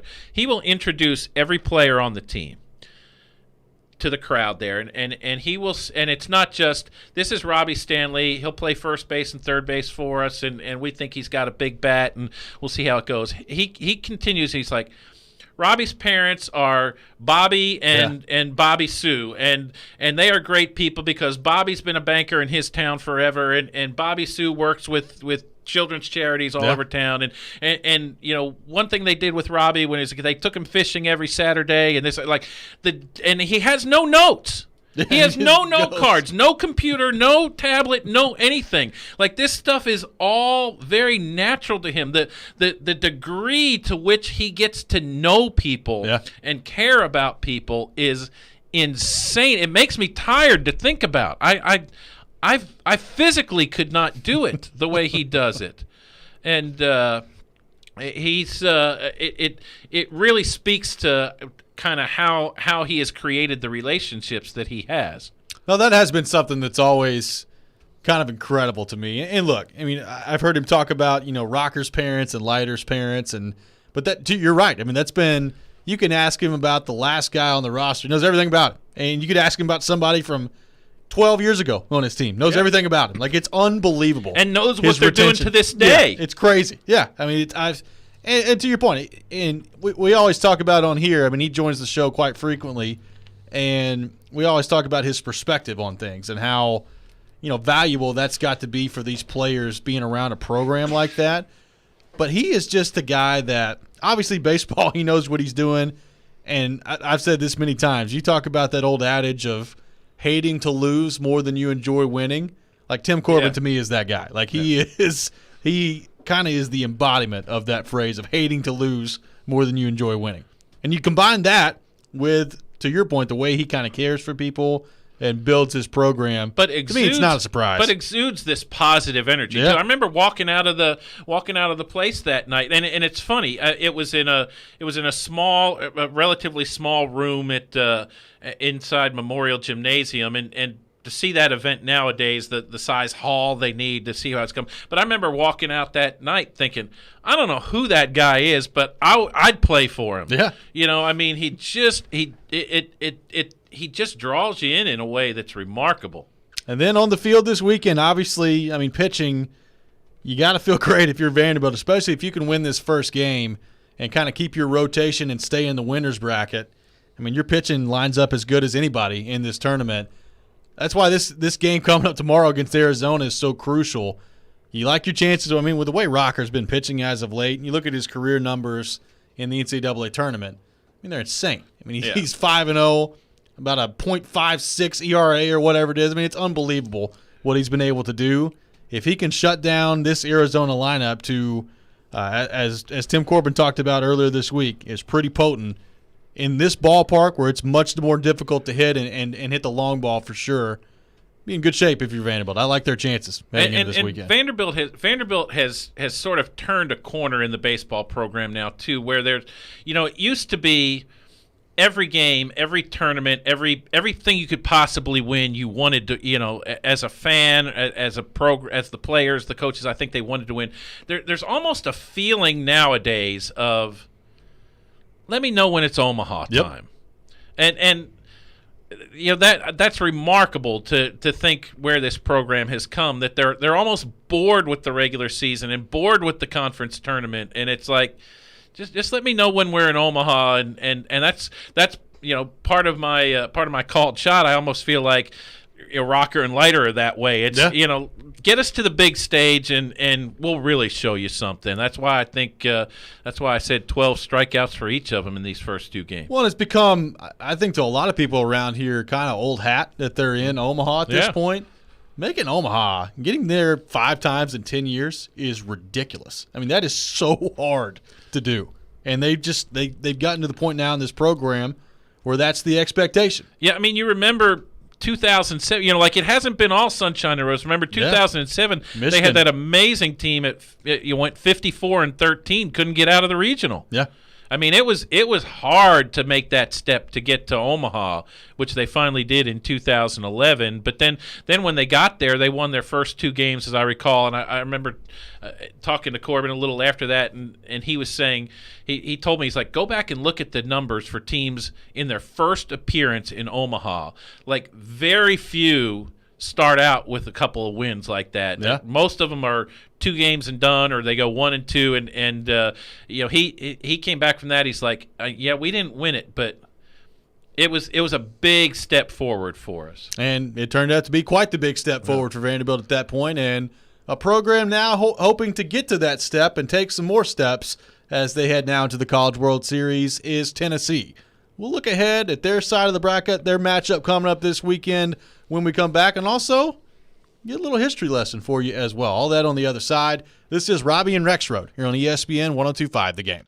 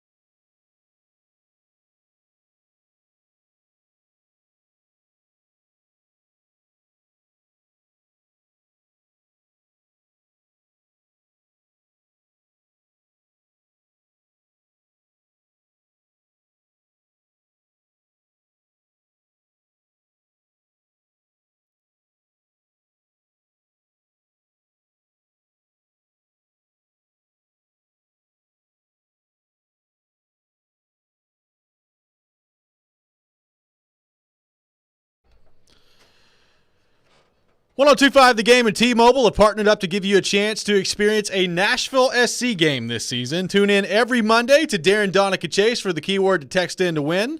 Good luck from 102.5 The Game, T-Mobile, and Nashville SC. Welcome back in, Robby and Rexrode here on ESPN 102.5 The Game. Robbie Stanley, David Beauclair, Ryan Porth here with you on this Friday morning. Talking College World Series, the Vols getting in action this weekend. First time in Omaha since 2005.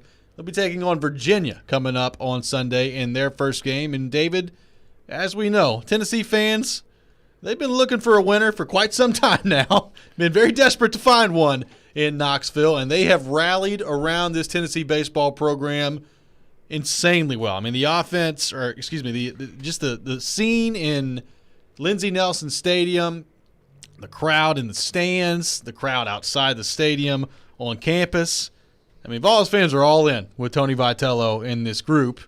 But you've got something where the connection to the buy-in from the fan base today may be connected to something that happened 100 years ago. What do you mean by that? Close to 100 years ago. Yeah, I expect the Tennessee fan base will be a big story out of Omaha, because I expect there's going to be a lot of orange in the stands up there, and it's going to be talked about as long as the Volunteers keep playing in this thing. But I've thought about this for a while now, and I think what's going on, and I don't even know if Tennessee fans realize this, but I think it's something visceral and deeply seated in Orange Nation that goes back to when Robert Nealand was hired to run the football program in 1926. Because, of course, everybody knows that he was told to do something about Vanderbilt. The fact that Vanderbilt was the premier football program in the South. Oh, yeah.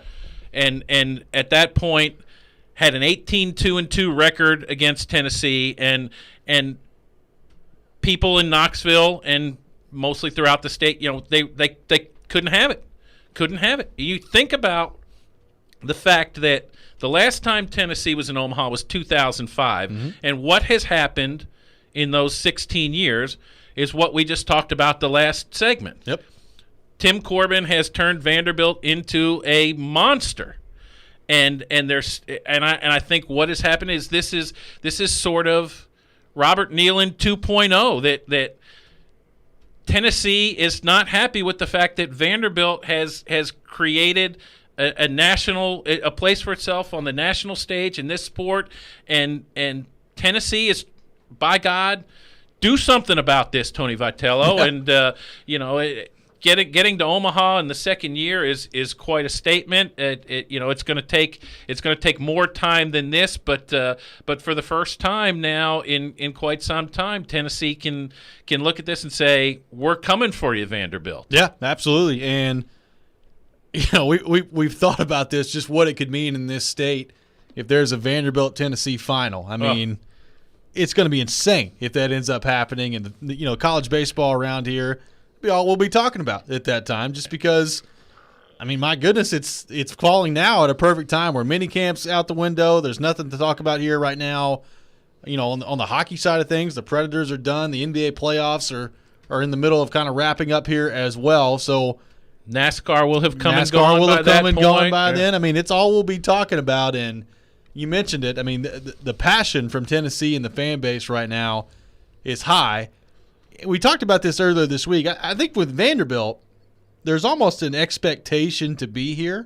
So nothing that's really happened to this point for Vanderbilt is really all that unexpected. Like, their fans have been waiting for this and have been waiting for this moment.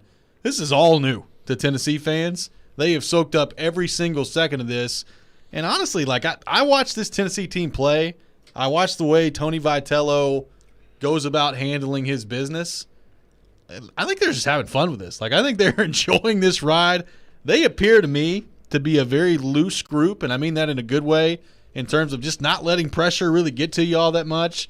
I mean, they've come up with clutch hit after hit after hit. This lineup has been mashing the ball as of late, and they just look like a team right now that's having a whole lot of fun out there.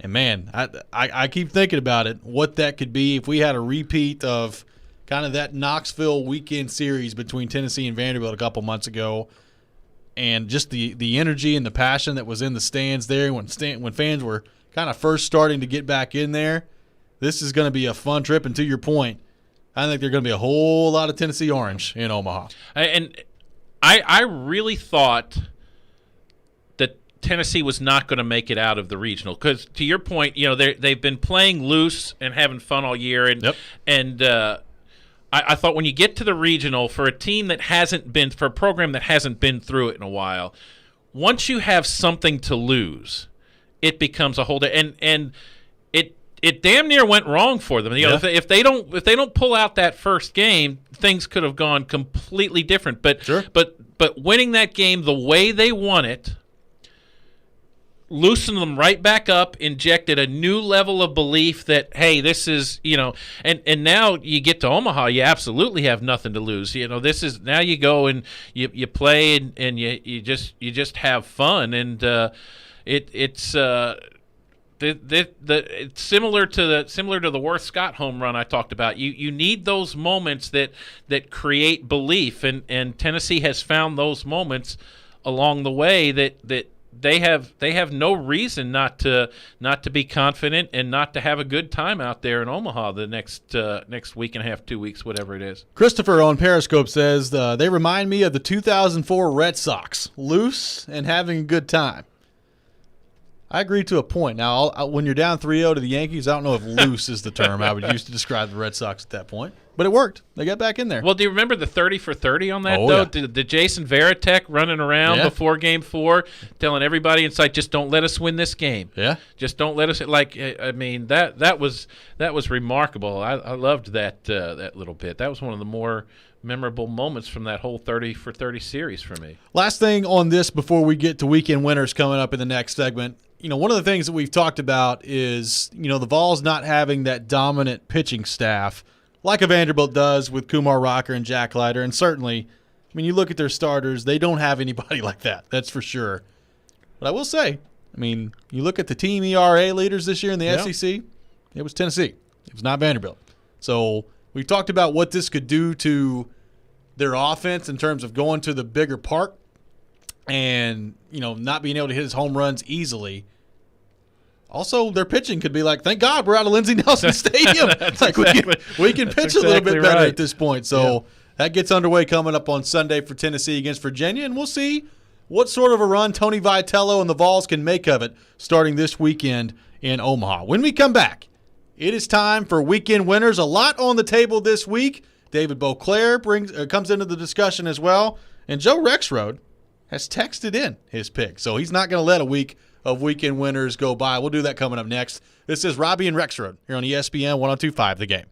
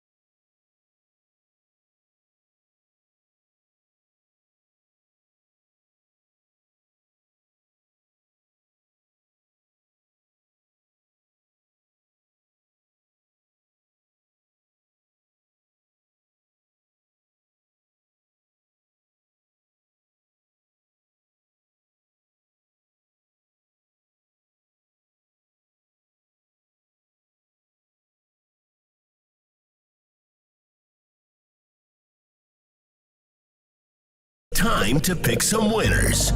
We hope. Robby and Rexrode have weekend winners for you now on ESPN 102.5 The Game and the Game Nashville app. And it is that time of the week, time for weekend winners here on Robby and Rexrode. Robbie Stanley, David Beauclair, Ryan Porth here with you today. Joe Rexrode, he's alive and well. He is participating in this segment today. And with that in mind, we've got our standings update. It was a decent week for everyone last week. Rexrode 3-3 for 4 points. Did not get his lock. Actually, did get his lock last week, but a rough week for Rexrode in the NBA last week, which has typically been his go-to. Struggling a little bit in the NBA. Ryan Porth 3-3 as well with no lock for 3 points. Robbie Stanley 4-2 last week with the lock, 5 points in the standings. So that brings the standings as such, and it is still a massive lead for Joe Rexrode. He is 64-32 with 78 points, 14-2 on his locks. Ryan Porth 47-48, 55 points, 8-8 on the locks. Robbie Stanley 43-53, 51 points, 8-8 on the locks as well. I really sucked to begin this season. I've been on a pretty good roll as of late. Steadily coming back. Yeah, I can see if that could continue starting today. You've been chipping away. Been chipping away at it. So David Beauclair, here we are today. We're going to go with 3 picks that we all make straight up and then a couple individual picks as well. We begin with Vanderbilt baseball taking on Arizona. Kumar Rocker will be on the mound tomorrow night for the Doors. David Beauclair, would you like to begin? Who wins between Vanderbilt and Arizona? I still can't get the image of Kumar Rocker against Duke in the Super Regional out of my mind from a couple years ago. Big stage performer. I'm going Vanderbilt. Joe Rexrode has texted in his pick. He is also going with Vanderbilt and has made it his lock. Guaranteed. Joe Rexrode very confident in Vanderbilt to get the job done against Arizona. Ryan Porth, Vanderbilt and Arizona, the money line. Who wins? Hard to bet against Kumar. Give me Vandy. I'm going to go Vandy as well. I'm saving the lock, though. Not going to make it my lock. You going to take the over-under 11? We'll just have to stay tuned. We'll have to wait and see. Just stay tuned. Ryan's going to lose sleep over that. He really is. It's going to be something he struggles with. I'm going to wake up at 5 a.m. tomorrow. How is the over-under 11 and a half? Oh, my goodness. All right, Tennessee, the Baseballs taking on Virginia in the first game of their series in Omaha coming up on Sunday. Tennessee, Virginia, the money line. Ryan Porth, we begin with you. Who do you have, Tennessee or Virginia? I'm going with Tennessee. Okay. I have not really been all that impressed with Virginia. They've kind of been in this survive and advance mode, but Tennessee's been awfully impressive, specifically last week against LSU. So give me Tennessee on the money line. And you did not have faith in the Vols last week against LSU to win the series. Paul Maneri had been to Omaha many times, thought maybe a storybook ending for him. Didn't work out that way. His storybook ending was getting booed. Well, there was that. David Beauclair, Tennessee taking on Virginia on Sunday. Who do you got in that game, Tennessee or Virginia? I think this is going to be a much tougher game than people think because Virginia, number 3 seed in the regional, absolutely has nothing to lose, playing with house money right now, plus has Omaha experience, has good feel for what's going on there. But I do say Tennessee in a surprisingly low-scoring, close game. You're going to upset John Clennon with that pick. That's okay. I know. He'll get over it at some point. That's Give me right. the Vols and make it my lock. Guaranteed. I went lock with the Vols.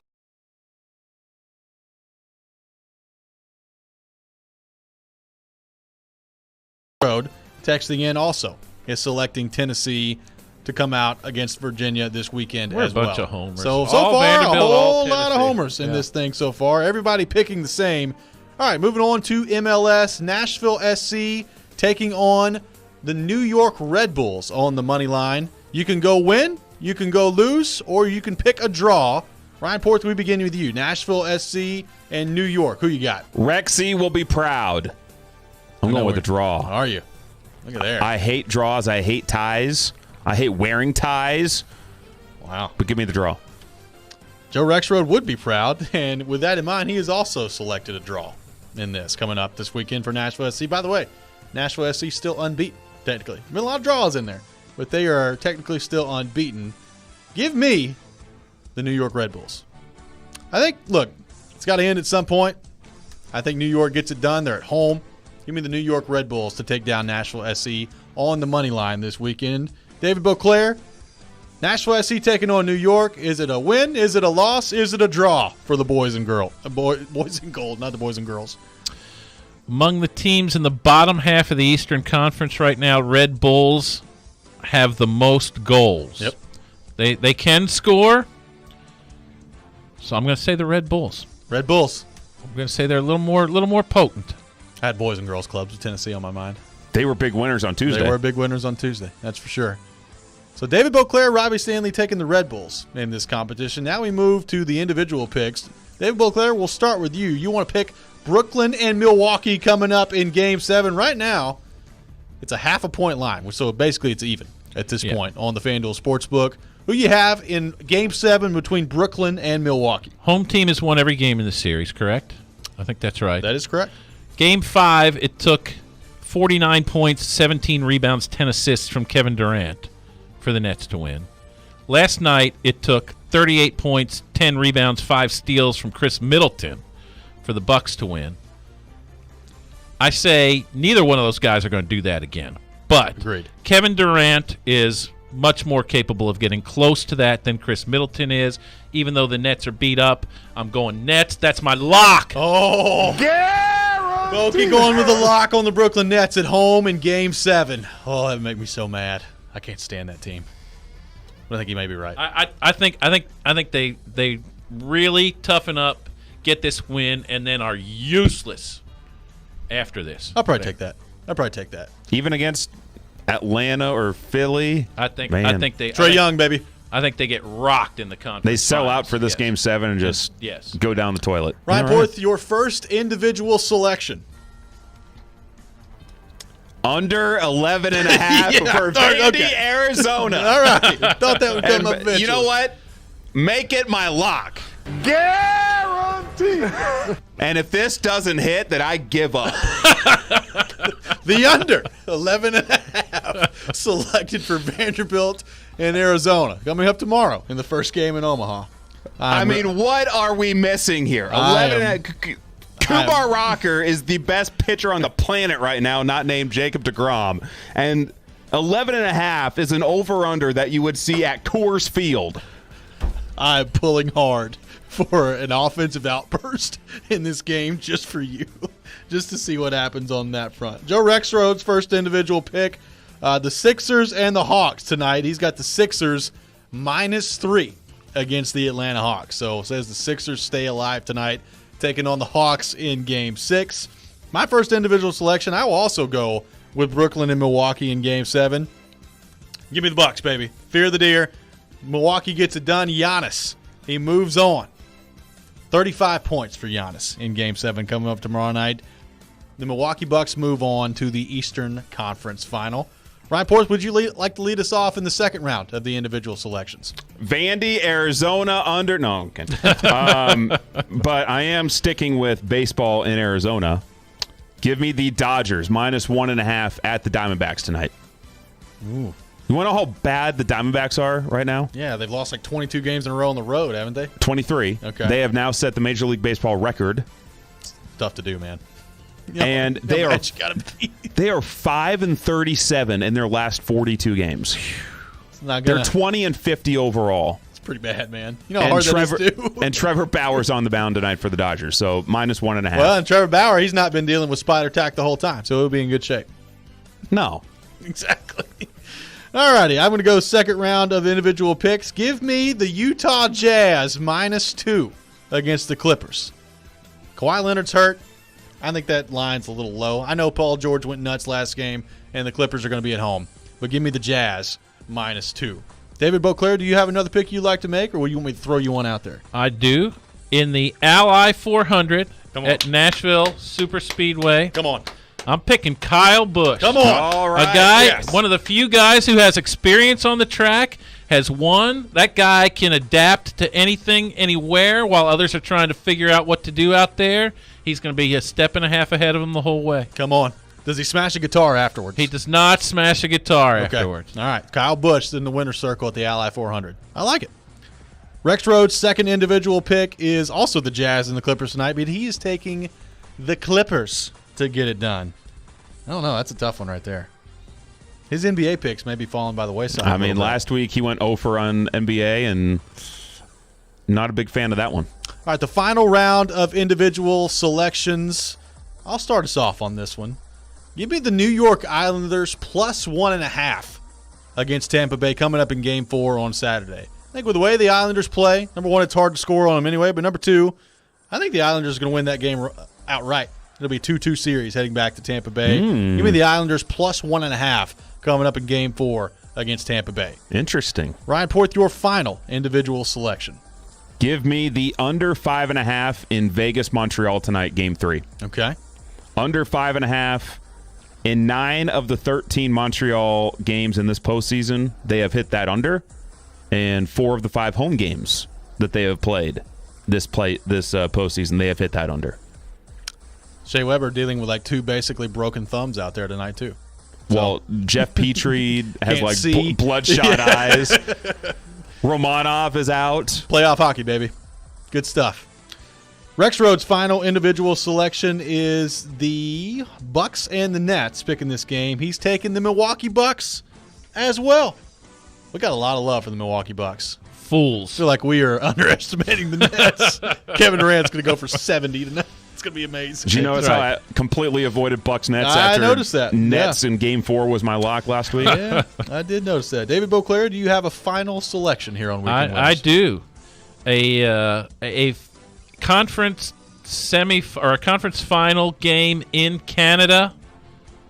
I got to go much. I know 3,500 people will be making all kind of noise. Yes, they will. In the Bell Center. There will be some Multiple crazy languages. There will be some crazy drunk French Canadians creating quite an atmosphere that will carry Montreal to victory. What do you think about that, Porth? In Game 3. Montreal gets it done in Game 3. They go up 2-1 in the series Not against buying Vegas. it. Not buying There it. are a lot of people on the text line and on Twitter as well that if this happens, they're going to be giving it to you.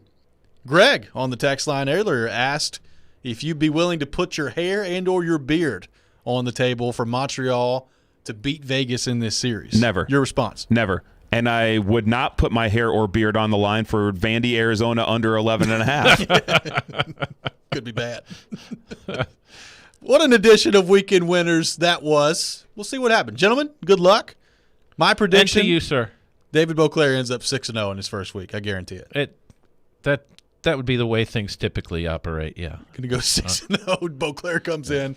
And points percentage-wise would be at the top of the competition at that point. Be hard to beat. Be very difficult to beat on that front. When we come back, it is time for Nashville SC Pick to Click, brought to you by Camarena Tequila. Be the first caller at 615-737-1025, 615-737-1025. Nashville SC taking on the New York Red Bulls tonight. If you guess the goal scorer, you will win a prize pack brought to you by Camarena Tequila. Also, a 4-pack of tickets to an upcoming Nashville SC home game as well. All that coming up next. This is Robby and Rexrode here on ESPN 102.5 The Game.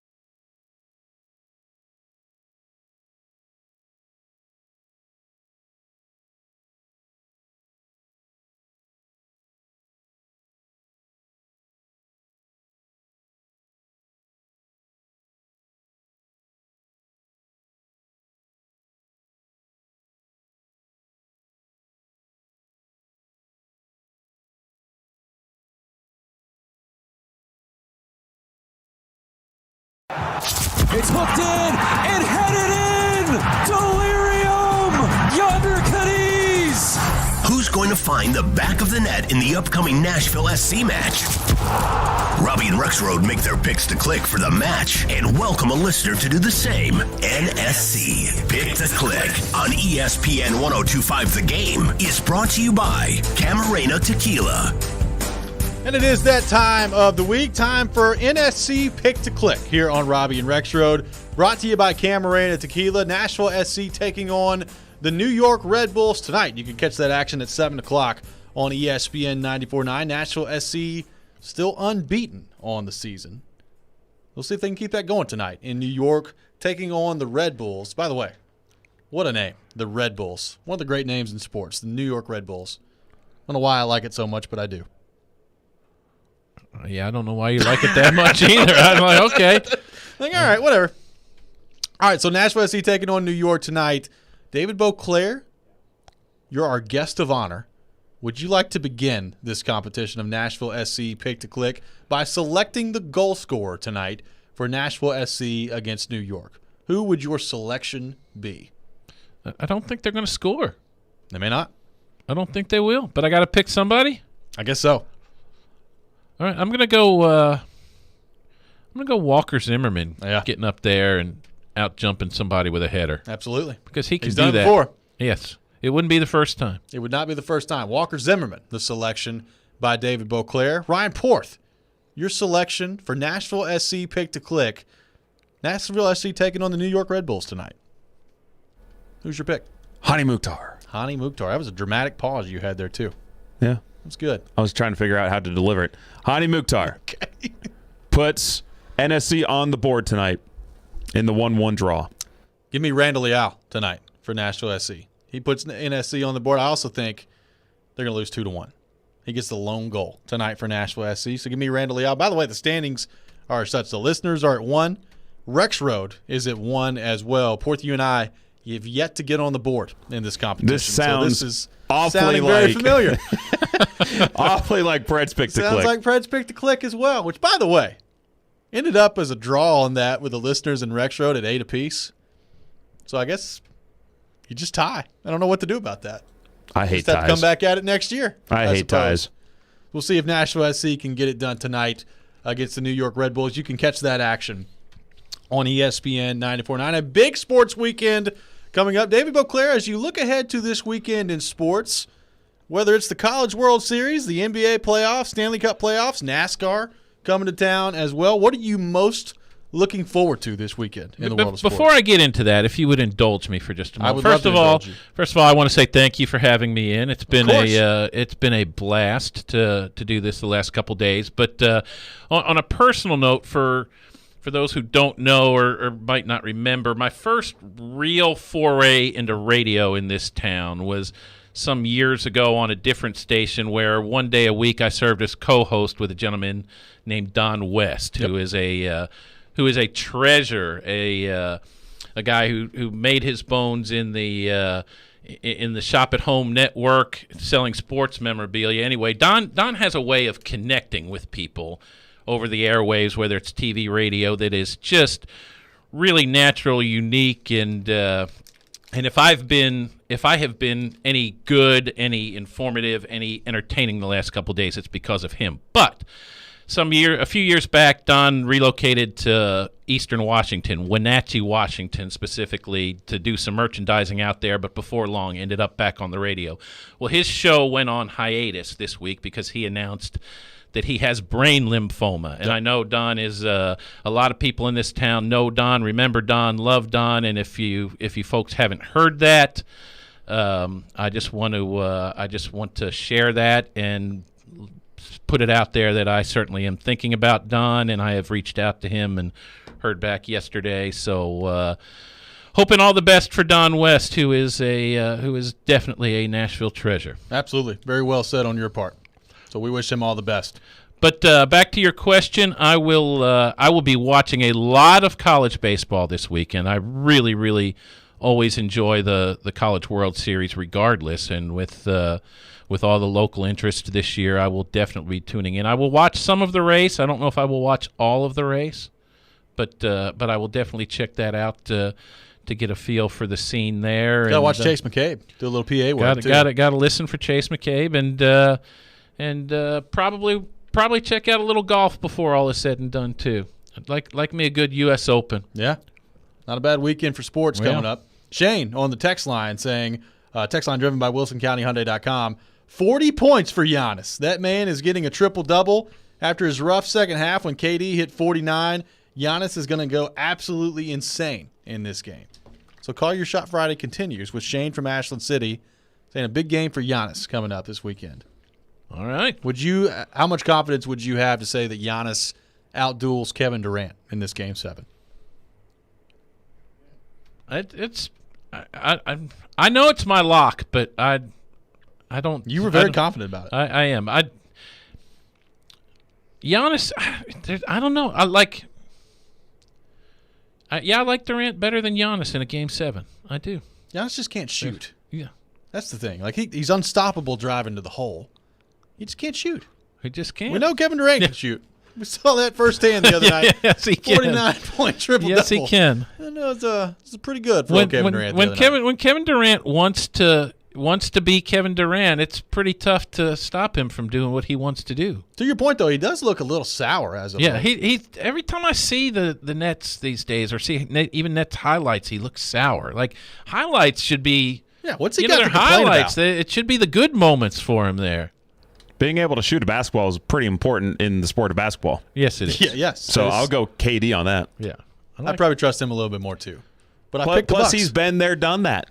Hey, I'm a big believer in been there, done that. Yeah, the NBA is that league where you sort of have to,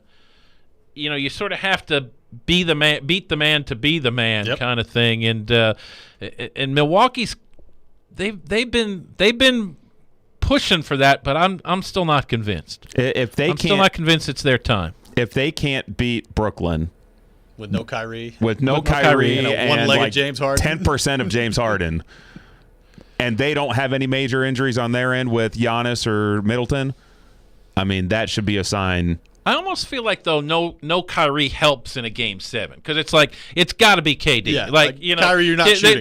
There's no sense of we gotta everybody take care of everybody. No, KD, you gotta be KD in this game.